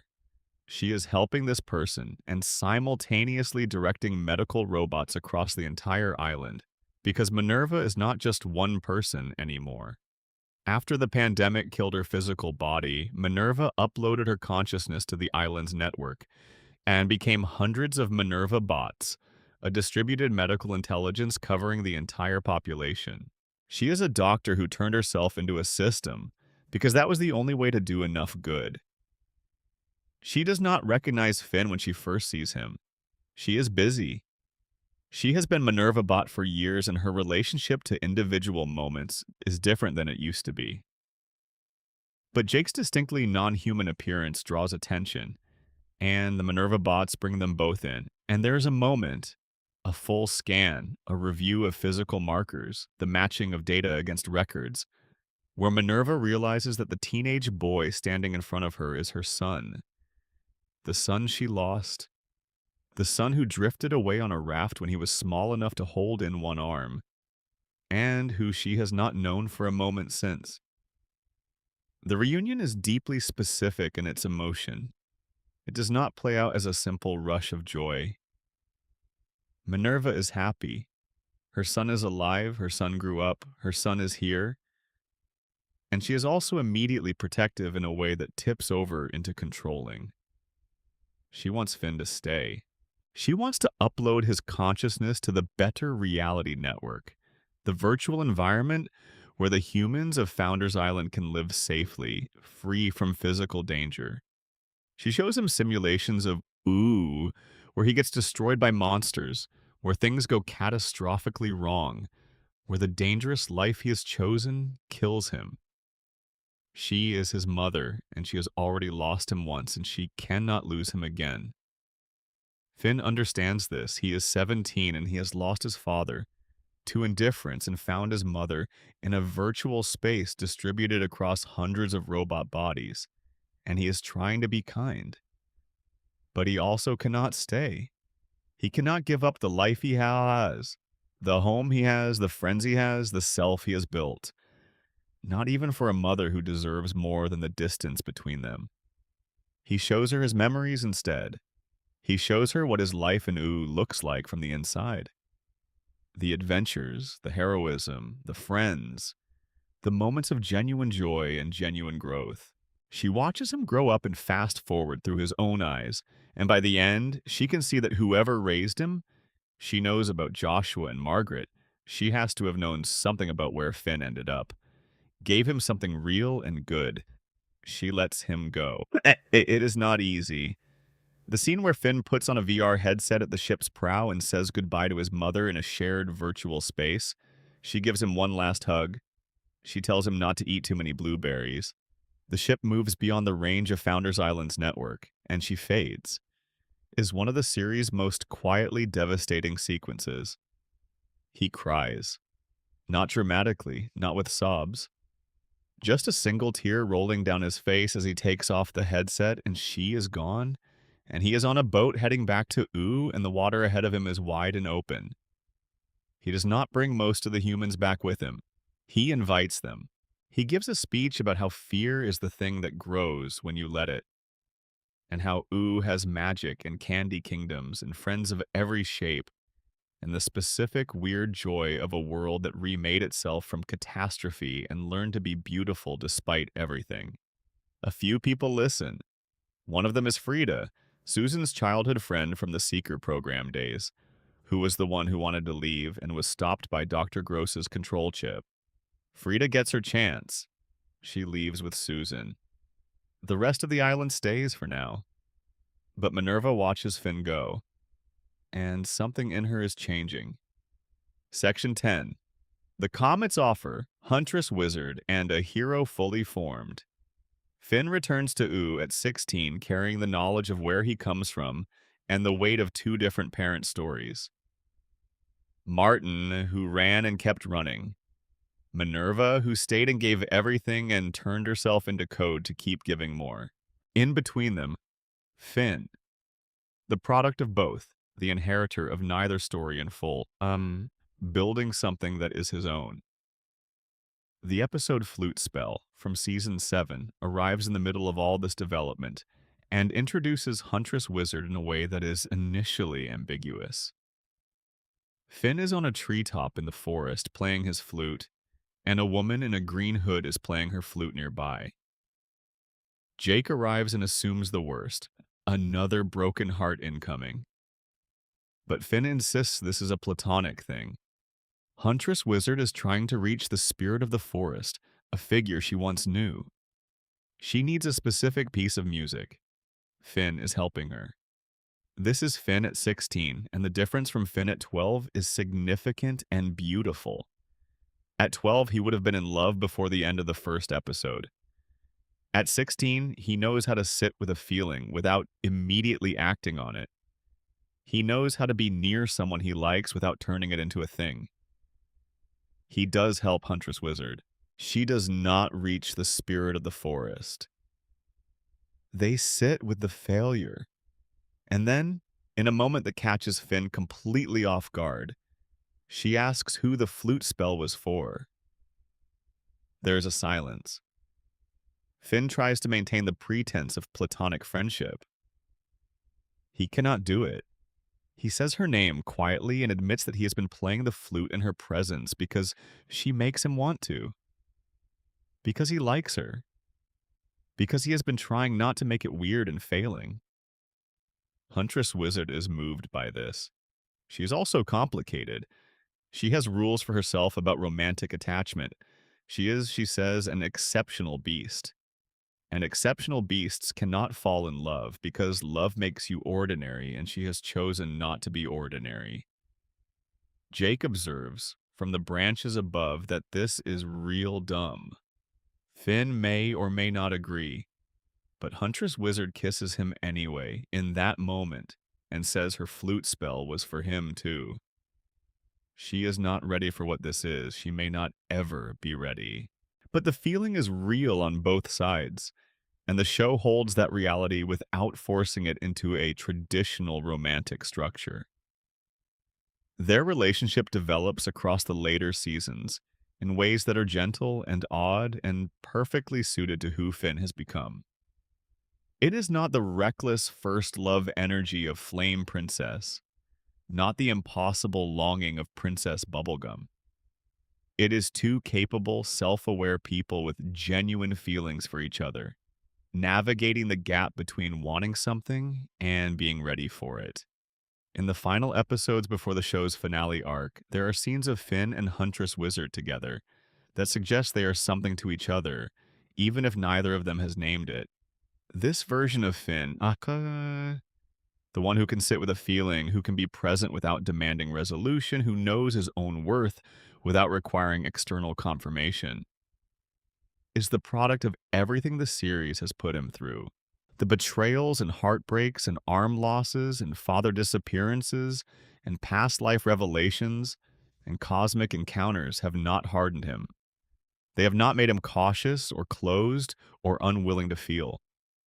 They have made him someone who feels deeply and knows how to carry it, who can look at loss without flinching and look at love without rushing it, who is still fundamentally the kid in the white hat at 12 years old in the forest, grinning at the impossible world around him, just with 17 years of experience to go with it. He fights. He still fights, constantly. Monsters and villains and ancient evil and the occasional political crisis that requires punching someone in the face. The later seasons of Adventure Time expand the world's geography and cosmology enormously. There are vampires and elementals and space adventures and alternate dimensions, and the slowly accumulating threat of something called Golby, a being of pure chaos whose presence is hinted at in crevices throughout the later narrative. Finn engages with all of it. He is not diminished by it. He is, at 17, the most capable version of himself that has existed across multiple lifetimes of Finn. And the show knows it and celebrates it quietly, without fanfare. The seasons leading into the finale deal with a political situation that has been building for a long time. Princess Bubblegum's Uncle Gumbald, who was turned into a candy person years ago by Bubblegum herself, has been reverted and is furious, gathering an army with the intention of going to war with the Candy Kingdom, the Gum War. It is the kind of conflict that Finn has been dreading, not because he cannot fight, but because he has grown into someone who knows that fighting is not always the answer, and sometimes the most heroic thing is to find a way not to fight. Section 11, The Gum War, Golb, and the End of an Era. The series finale of Adventure Time is framed beautifully and strangely as a story being told 1,000 years after the fact. Two new adventurers, Shermie and Beth, are exploring the ruins and wonders of a future ooh when they find a mechanical arm, not a flesh arm, a bionic arm, the kind of sophisticated prosthetic that did not exist in natural ooh. They bring it to the King of Ooh, who turns out to be BMO. Still running, still functional, nearly 1,000 years later. And BMO tells them about the Gum War, about the heroes who fought it, about Finn and Jake, about what happened. The Gum War, in Finn's story, is the moment when everything he has learned about heroism comes to a final test. Princess Bubblegum has marshaled her allies. Goombald has marshaled his army. The armies face each other across a field, and the violence is imminent and terrible, and Finn does not want it. He wants, more than he has wanted anything in a long time, to find a way to stop it. Jake has a bottle of nightmare juice given to them by Nightmare Princess in the time between the Islands and Elements miniseries.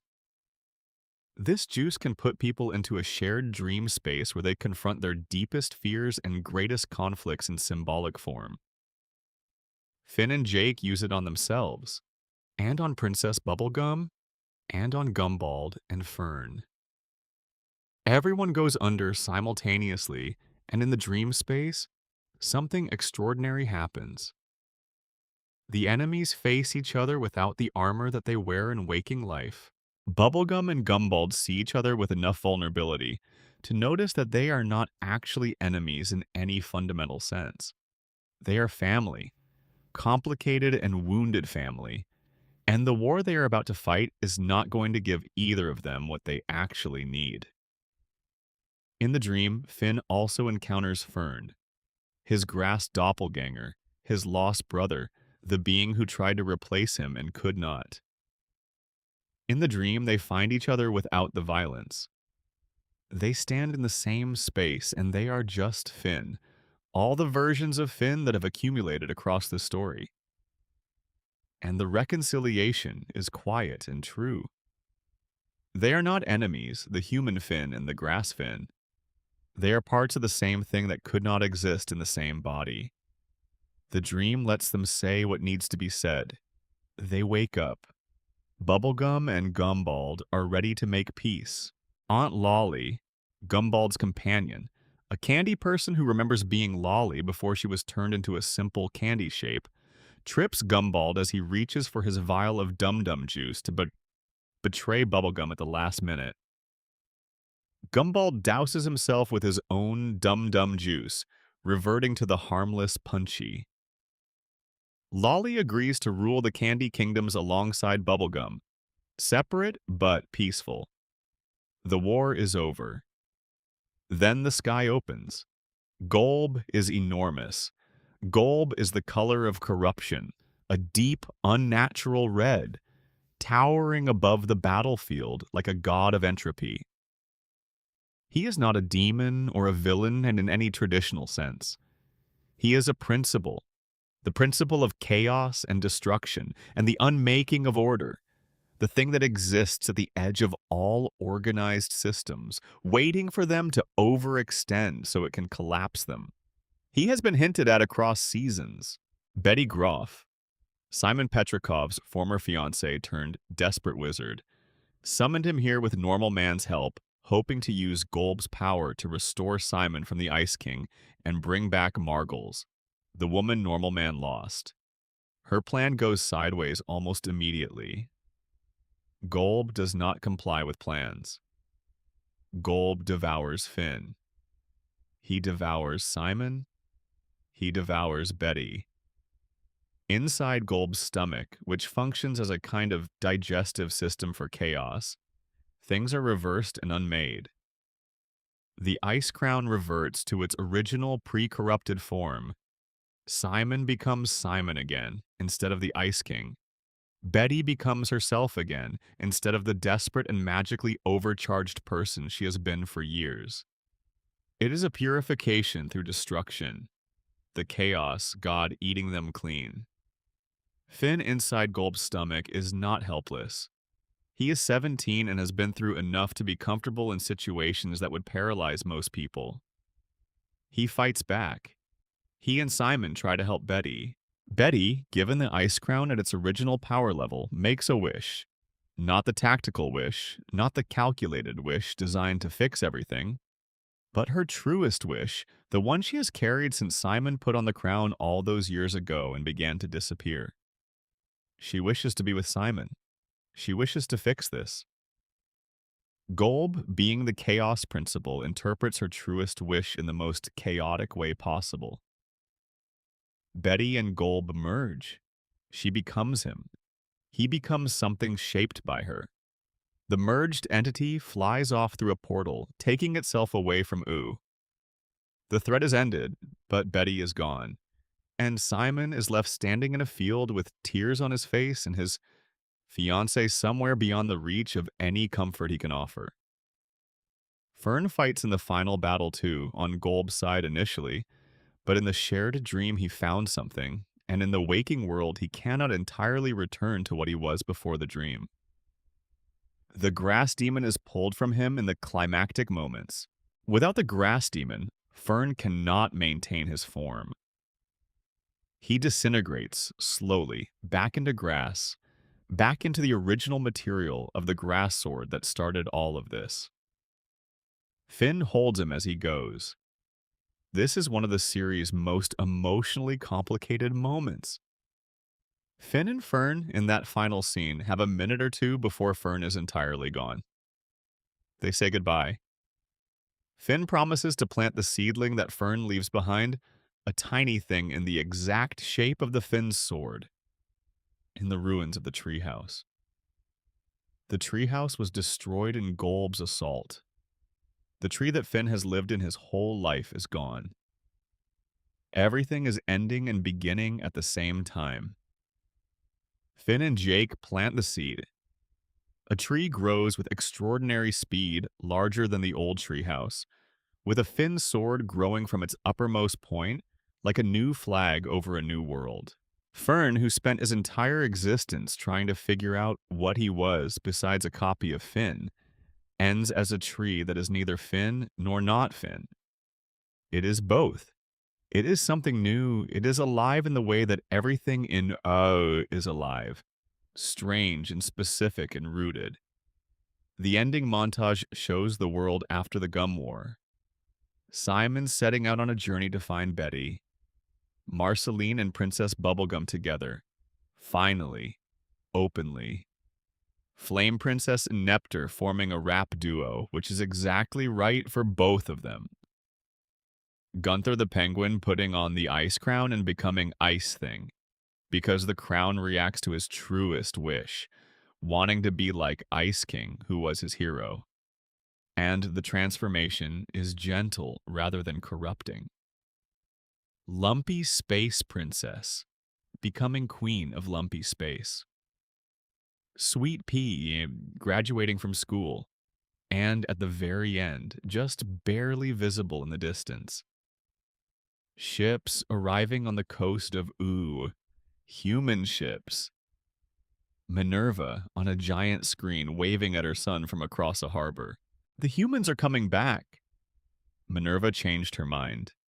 Finn showed her enough of Ooh that she could not keep herself and her people sealed away from it. They are arriving into a world that will be strange to them and that needs them and that has been waiting for them, without knowing it, for 1,000 years. Finn and Jake lie in a field and watch the music hole sing. And the music hole sings the show's ending theme. And the adventure time we have known ends not with a bang, but with a song. Clean and complete and achingly sweet. Section 12. together again. Death, the afterlife, and the soul that never stops. There is one more chapter. It comes much later, in the Distant Lands sequel specials that arrived on HBO Max years after the original series ended. And it is, in many ways, the chapter that the entire story was building toward. The special begins with a dream. Finn is young in the dream, 12 years old, running through the familiar architecture of early season Adventure Time. Escaping an ice cream cave with Jake, saving Turtle Princess and Lumpy Space Princess from Ice King, leaping through a world that is bright and urgent, and exactly as it was in those early years. The joy in the dream is complete and real. And then at the end of it, Finn sees a grave, Jake's name on a stone, and the dream cracks open and reveals what it actually is, a memory. Jake died. Jake has been dead for a long time, decades, and Finn has been going on without him. The title card that follows the dream is simple and direct. Finn and Jake are dead. 2 lines, all the weight of it. Finn is old when he wakes up into the afterlife. He is voiced by David Bradley, a much older voice, aged, quieter. He has a long beard. He lived a full life. And then he died, naturally, of age, as people do, and the afterlife received him as it receives everyone. A fantasy dream pastoral waiting room, full of familiar faces from Ooh who have also made their way here. The Land of the Dead has 50 levels, 50 dead worlds, each calibrated to the soul that inhabits it, arranged by some moral and metaphysical taxonomy that the show renders in beautiful, surreal detail. The kindest souls end up in the highest dead worlds. The worst end up at the bottom, submerged in moral sediment. Jake is in the 50th dead world, the highest, the nicest, the place you get when you have lived fully and loved generously and not caused harm. Jake is up there among the clouds at peace in something that looks and feels like nirvana, and he has been there for however many decades have passed since his death. He can come down if he wants. He chose for a long time not to, not because he forgot about Finn, but because the peace up there is real. And there is a part of Jake that has always been able to let go of things when it is time to let go of them. He and Finn promised to find each other in the afterlife. He trusted Finn to get there eventually, but the afterlife has a problem. The original death, the entity who governed the transitions between life and death, the tall, skeletal figure with the gentle manner, has been murdered. His son, calling himself New Death, has taken the throne. New Death, it turns out, is being manipulated by the Lich's disembodied hand, the last fragment of the Lich that has persisted into this post-series era, unable to destroy life from the outside, working now to destroy the cycle of death itself. New Death plans to end reincarnation, to trap all souls permanently in whatever dead world they have been assigned, forever. No more rebirth, no more new life from old death. The universe is a closed system, running down toward nothing. Finn navigates the dead worlds looking for Jake. The journey is extraordinary. A tour through 50 different visions of the afterlife, from the hellish to the transcendent, populated by characters from Adventure Time's entire run. He finds tree trunks in a grandma calendar pastoral realm surrounded by all her former husbands. He finds Choose Goose in the first and worst dead world, apparently a much more awful person than anyone realized. He finds Joshua and Margaret and Jermaine, his adoptive family, living in a comfortable middle dead world. He sees them. He loves them. He moves on because Jake is waiting somewhere higher. He gets to the 50th dead world. He sees Jake. Jake comes down from the heights to talk to him, which means Jake comes away from the peace to meet the disruption that his brother has always represented, and it is the most Jake thing possible. He can feel that something is wrong. He knows it is Finn. Their reunion, after decades of separation, is not a tearful collapse. It is two people who know each other completely, returning to an ease that time has not eroded. They are brothers in the oldest sense of the word, people who were made family by circumstance and kept family by choice, over and over through everything. Finn is angry with Jay a little for Bubblegum by not finding him in the dead worlds when Jake arrived, for choosing the peace of the 50th over the inconvenience of looking for his brother. Jake understands this anger. He doesn't argue with it. He just shows up, which is what he has always done in the end. Together they deal with new death. The solution is complicated and involves life herself, a goddess made of two intertwined serpents, the wife of the original Death, who is absolutely livid when she learns that her son has stopped reincarnation. She provides the weapon. Finn and Jake handle the delivery. The Lich's hand, exposed at last as the true architect, is defeated in a way that feels final, in the way only Distant Lands endings can feel. Not the drama of the main series, but the quiet completion of a very long story. The Lich is done. The cycle is restored. And then Finn makes a choice. He asks to be reincarnated. He is ready to go back, to start again, to be someone new, to add another lifetime to the long chain of lifetimes he has already lived. Jamiai, who planned to stay in the 50th Dead World, listens to Finn making this choice. And then, at the last possible moment, Jake changes his mind.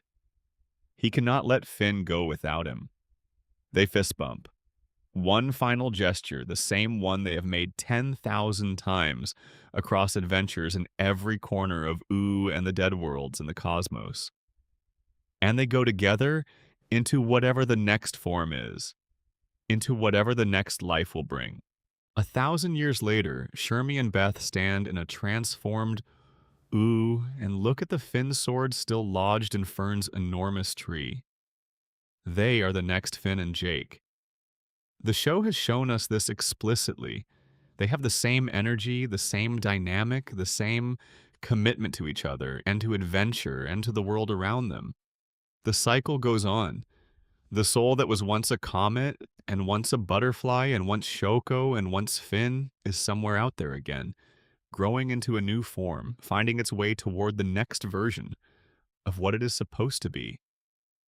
This is the thing about Finn the human that the entire story has been saying, quietly from the very beginning. He is not accidental. He is not alone. He is part of something ancient and ongoing, a force of good taking form after form across the centuries, imperfect in each form and getting a little wiser each time, carrying the capacity for genuine heroism in whatever body it finds itself in. The white hat will appear again. Maybe it will look different. Maybe it will not even be a hat. But the quality underneath it, the grin at the impossible world, the hero code that came from lying in the woods as a baby and being found by someone who cared, that quality does not die, it goes on. Adventure Time, in the end, is a love story. Not a romantic love story, though those are in there too. It is a love story about what it means to be alive in a world that has already survived its worst. About finding beauty in the aftermath of catastrophe. About the specific heroism of growing up honest and caring, in a world that gives you plenty of reasons to be neither. It is Finn's story, which is also the story of a comet that has been circling toward this world for longer than any civilization has existed, carrying the thing the world needs. Not power, not brilliance, not cosmic force, but decency. The simple, unrelenting, eternally renewable willingness to help someone who needs help, the boy in the white hat. The sword too big for him, the grin at the impossible world. He always gets back up. Epilogue. What Finn means. The legacy of the last human. There is a reason Adventure Time resonated so deeply with so many people over the course of its run. And it is not the candy kingdoms or the shape-shifting dog or the thousand-year-old vampire queen, as wonderful as all of those things are. It is Finn.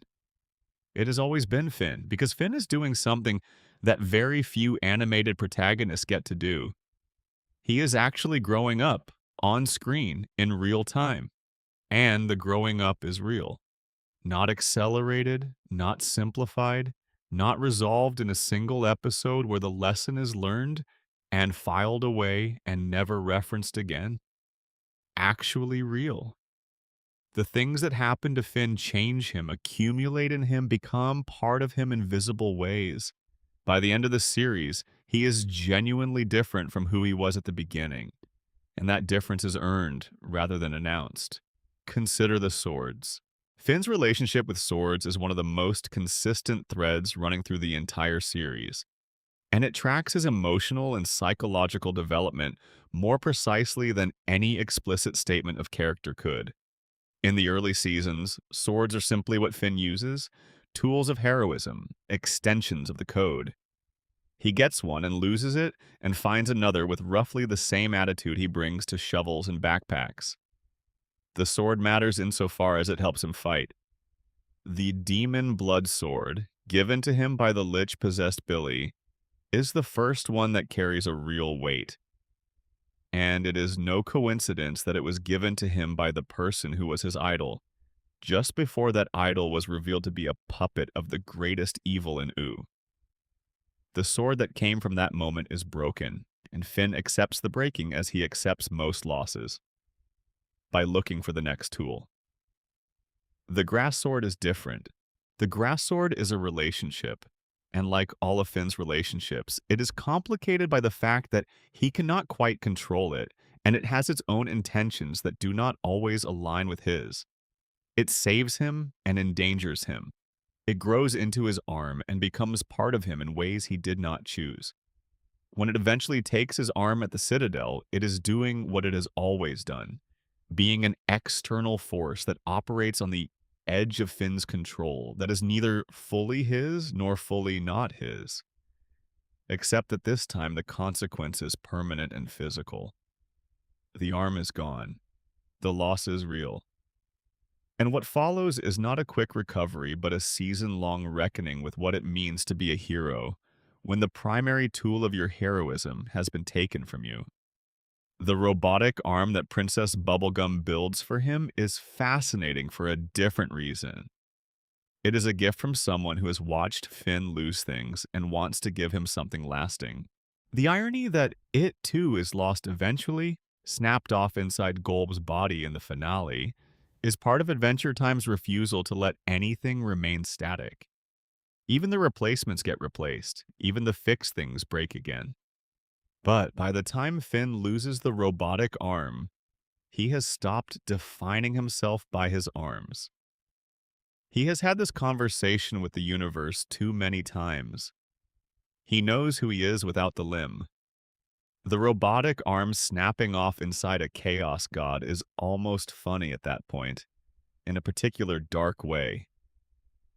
Yeah, okay, another arm gone. He has been here before. The Finn sword, the alternate timeline Finn compressed into the form of a blade, is the most metaphysically loaded weapon in the show. Finn carries himself in some sense at all times. The sword exists in response to a paradox created when Finn's counter-wish sent him to Farm World, and the resolution of that paradox created a compressed version of him. He carries this other Finn with him as a weapon, and with Ia. When the grass sword absorbs the Finn sword and creates Fern, Finn is confronted in physical form with what happens to a version of himself that cannot reconcile between its origins and its aspirations. A self that cannot figure out who it is and ultimately becomes someone else's weapon before it becomes something rooted and alive. The fern tree that grows at the end of the series is Finn's shadow self finally at peace. Finally not competing, finally just being a thing in the world, rather than a claim on an identity it could not fully hold. All of this is in the subtext.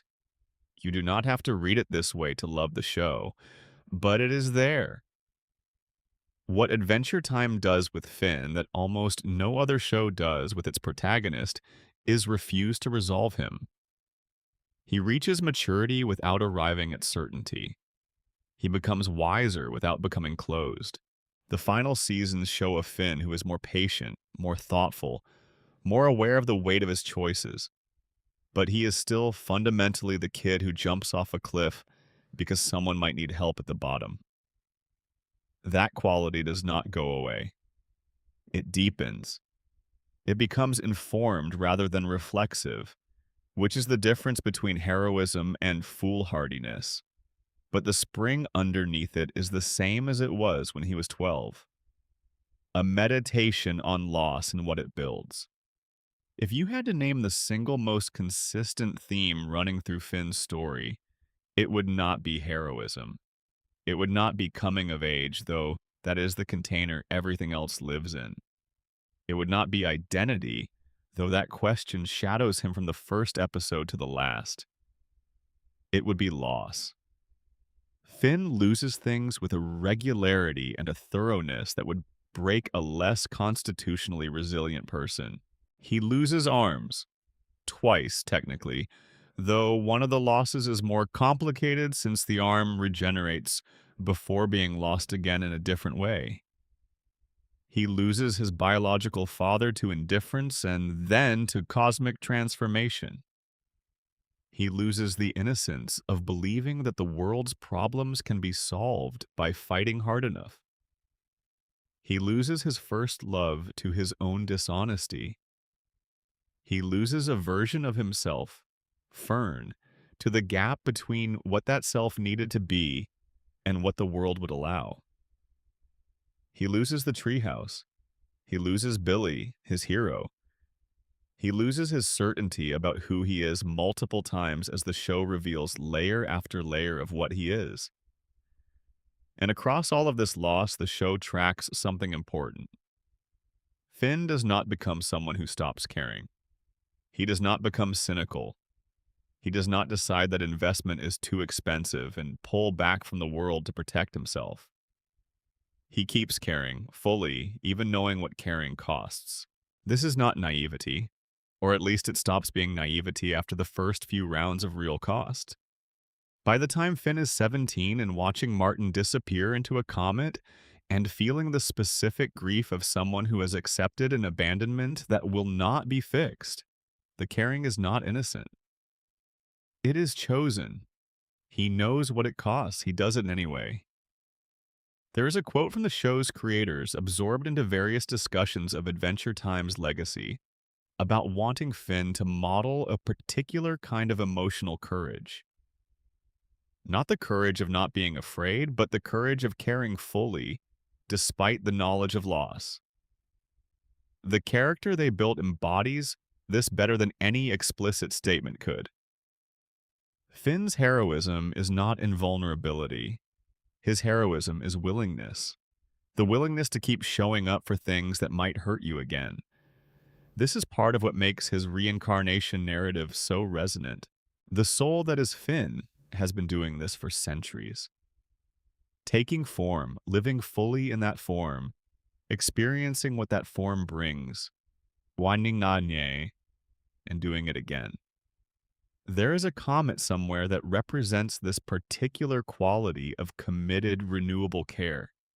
And it keeps circling back, keeps striking the earth in different forms, keeps generating new versions of itself that are adapted to the specific world they have landed in.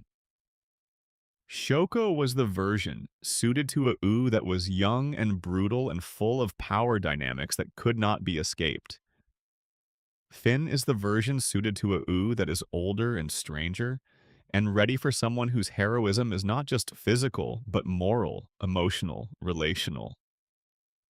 The next version, whatever Shermie grows up to be, whatever the soul takes on in its next cycle, will be suited to whatever ooh needs then. The light passes on.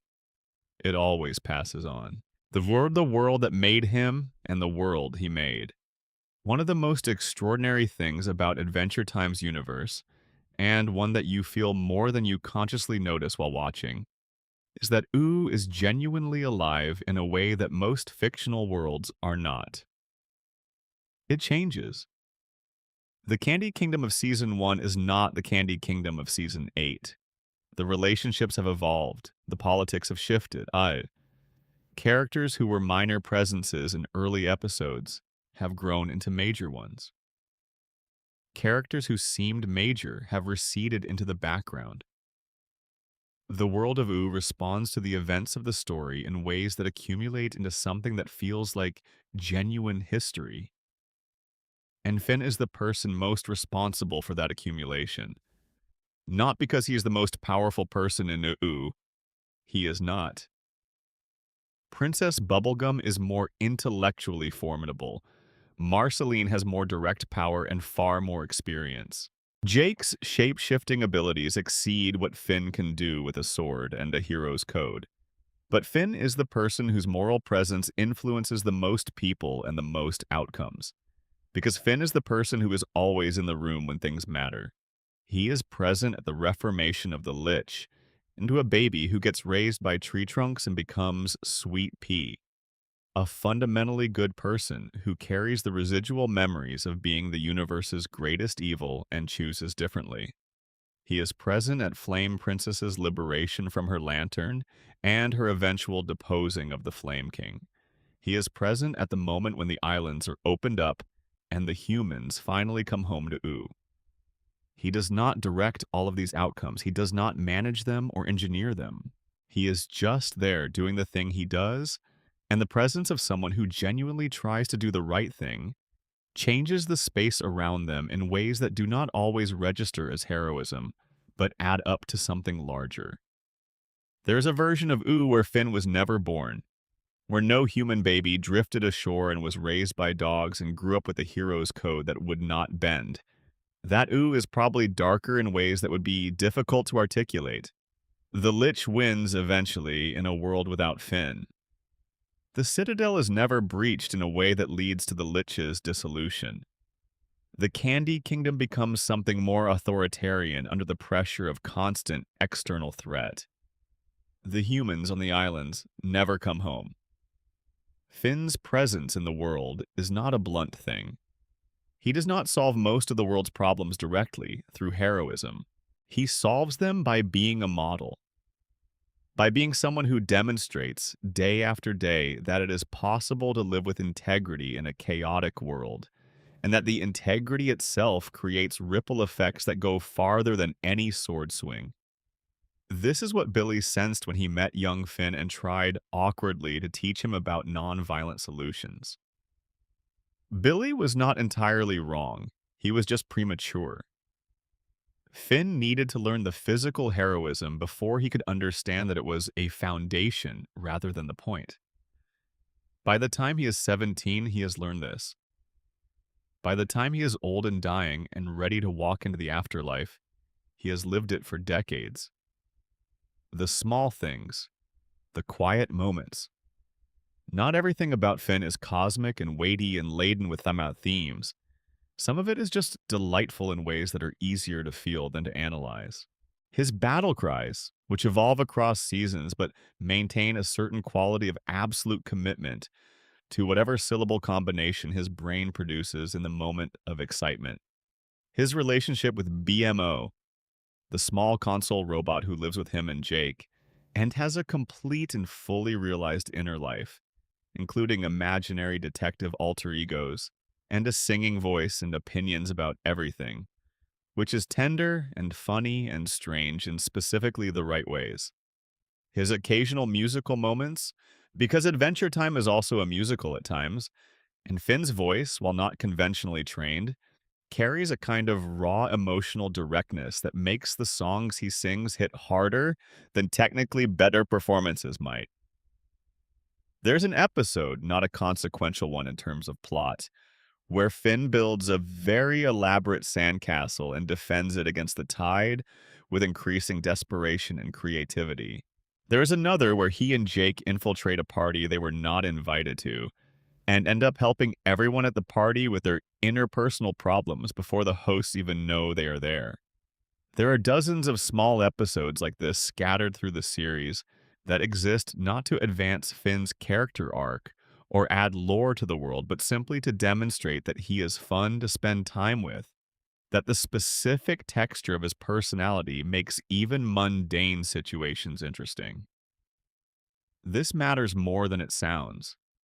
A character can be narratively important, can have a meaningful arc, can serve the story's themes, can represent something true about the human experience, and still be fundamentally unpleasant to spend time with. Finn is none of those things. He is enjoyable company. His enthusiasm is infectious rather than exhausting. His commitment to his friends is genuine rather than performed. His sense of humor is stupid in the best way, puns and wordplay, and occasionally surreal leaps of logic that reveal a mind that finds the world genuinely funny. Spending 10 seasons with him is not a duty, it is a pleasure.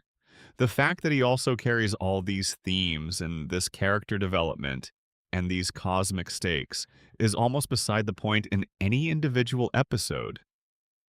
Any individual episode, you are just hanging out with Finn, and hanging out with Finn is good. This is the final thing worth saying about Finn the human, and maybe the most important one. He is someone you want to hang out with. Not because he is impressive, or because his powers are cool, or because his story is meaningful, though all of those things are true. Because he is warm, because he is present. Because when he is with you, he is actually with you, not checking over his shoulder, not running through calculations about how this interaction serves his goals, not performing a version of care while actually pursuing something else. Genuine, real, there. The show asks at various points what it means to be the last human. The answer it settles on, across all the arcs and revelations and cosmic backstory, is this. It means being fully present in whatever moment you are in. It means caring about the specific world in front of you, not an abstract better world somewhere else. It means growing up in the ruins of catastrophe and deciding that the ruins are worth something, that the strange candy-colored world that rose from the ashes has its own value, that the people in it deserve the same full commitment you would give to anyone. Finn is the last human until he is not. The humans come home eventually, but in the long years when he was the only one, he did not carry that singularity as a burden. He carried it as a responsibility. To be in himself, proof that being human means something good. He was and is that proof. The long view, ooh, 1,000 years on the adventure. Time Universe does not end with Finn's story. One of the most remarkable structural choices in the finale is the framing device that shows a full 1,000 years after the events of the Gum War, the same 1,000-year span that separates the Mushroom War from the events of the main series, as if to say that civilizations rise and fall and rise again in these arcs. And what survives is not the specific kingdoms or the specific heroes, but something harder to name and harder to kill. Shermie is a small, enthusiastic human boy. Beth is a dog who can change shape. Sound familiar? The show presents them not as reincarnations, strictly speaking, though reincarnation is certainly implied, but as the next generation of the essential partnership that Finn and Jake embodied. The world they inhabit has the same quality as the world Finn grew up in. Strange and warm and dangerous and full of wonders that should not exist. The ruins of the Candy Kingdom are visible in the distance. The Finn sword, still lodged in Fern's enormous tree, has been there for 1,000 years. Some things persist. BMO is king. This is one of the show's most perfect small jokes and one of its most meaningful revelations. BMO, who has been the household robot and the most beloved minor character and the endless source of gentle comedy throughout the series, has outlasted everyone.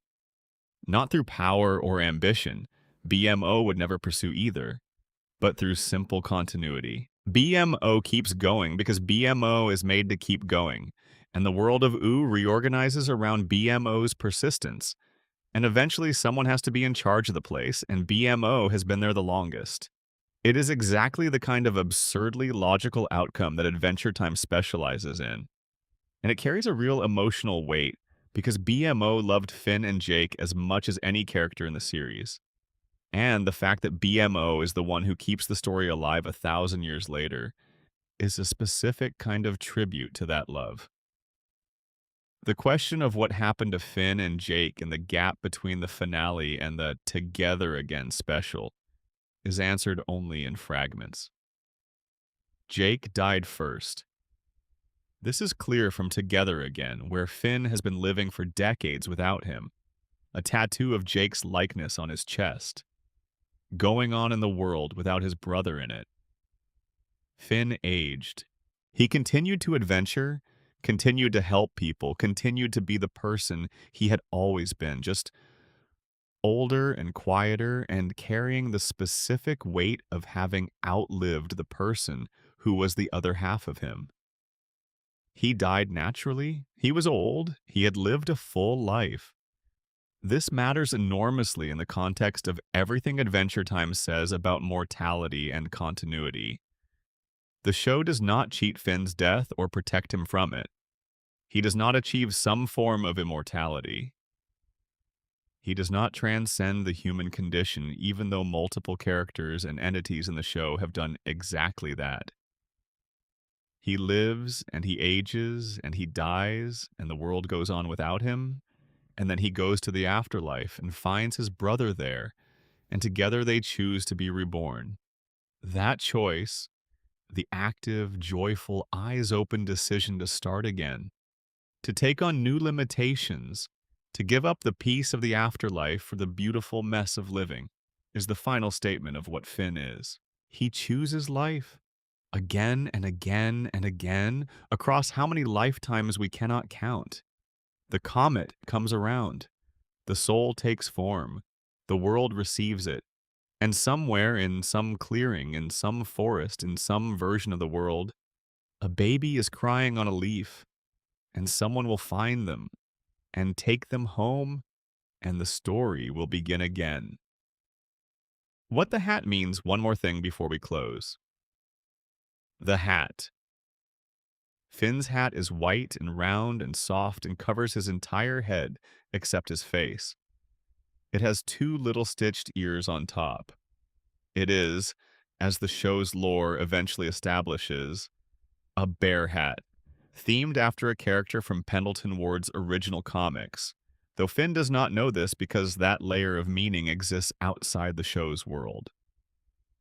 Within the show's world, the hat's meaning accrues over time in ways that are touching and specific. In the early seasons, the hat is just part of Finn's design. As iconic as Jake's yellow fur or Princess Bubblegum's pink, part of the visual shorthand that tells you who this person is before he opens his mouth. But as the show develops and the human islands are discovered, a detail is noted. The humans on the islands all wear animal-themed hats. It is a cultural practice for them, something they do to feel connected to the natural world, to honor something about their shared history. Finn's hat, in this light, is not just his personal aesthetic. It is the last remnant of a cultural practice that he carries without knowing it. A connection to his species that survived the 1,000-mile journey on a raft and the 12 years of growing up as the only human in a world of candy and magic. He does not know this. He has never been told.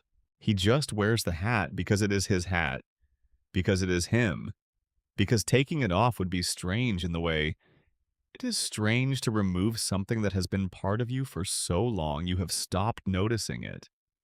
And underneath it, the secret that the show holds through its entire run, revealing only when Finn is 16 and traveling to the human islands, is hair. Long, beautiful human hair, golden and thick, that he has been growing all his life under the white hat without anyone in OO knowing it was there. The reveal of Finn's hair is one of Adventure Time's stranger and more quietly significant moments. He takes the hat off in the finale of the Islands miniseries as the ship pulls away from Founder's Island, sailing back toward Oo. He lets it hang loose. The hair spills down and it is there, fully realized.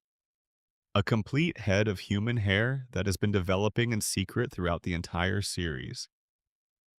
It is an image of uncovering, of finally being allowed to be the full version of yourself, in the company of a world that has known you as something partial. The hair is not a power. It is not a weapon or a tool. It is just him, all of him, the part that was always there but not yet visible. He puts the hat back on eventually. Of course he does. The hat is still him too. But the fact that he took it off, that he stood on that ship deck looking out at the ocean between the islands and Oo and let his hair down, is a moment of completion. He knows where he came from. He has a name for the thing he was carrying.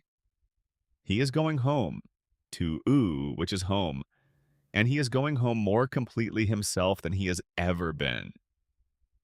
That is Finn the human, complete, known, still wearing the white hat, still grinning at the impossible world, still getting up every morning and doing the thing he was made to do, which is also the thing he chose to do, which is also the thing the cosmos has been trying to get him to do across multiple lifetimes. Still helping, still here. And that is the entire story of Finn the human, from the raft drifting toward Oo to the afterlife and back again, from 12 years old to the end of an era and the beginning of the next. If you are still here, still listening, still drifting somewhere quiet, thank you for spending this time in Oo. This world, this character, this story about growing up in the ruins of something broken and making it into something extraordinary genuinely means something. It has meant something to a generation of people who watched it as kids and found it again as adults, and recognized something in it that they could not quite name when they were 12 but can now. There is a particular quality to the stories that stay with you, that you come back to in the dark hours when you need something solid to hold on to. Adventure Time is that kind of story for a lot of people, and Finn is the center of it. The warmth at the heart of something that could have been cold. The human presence in a world that has every reason to have given up on humanity. He carries the whole thing in that white hat and that too big sword and that grin. He always will. If this story settled something in you tonight, if it kept you company while you were falling asleep or traveling or just lying still in the dark, I hope you wake up tomorrow and feel a little bit of that Finn energy. The energy that says the world is enormous and strange and full of monsters and also beautiful and worth protecting. And you are going to go out there with your sword too big on your back and help whoever needs help because that is who you decided to be, and nothing is going to change that. The story goes on. The comet comes back around. The soul finds a new form. Drop a comment below telling me what story you want to explore next. And wherever you are watching from tonight, I hope you sleep well and dream of something good. Subscribe if you have not already, because there are so many more late-night journeys through the places and characters that made this era of animation what it was. Like this video if it kept you company tonight. Rest well. You have earned it, just like he did.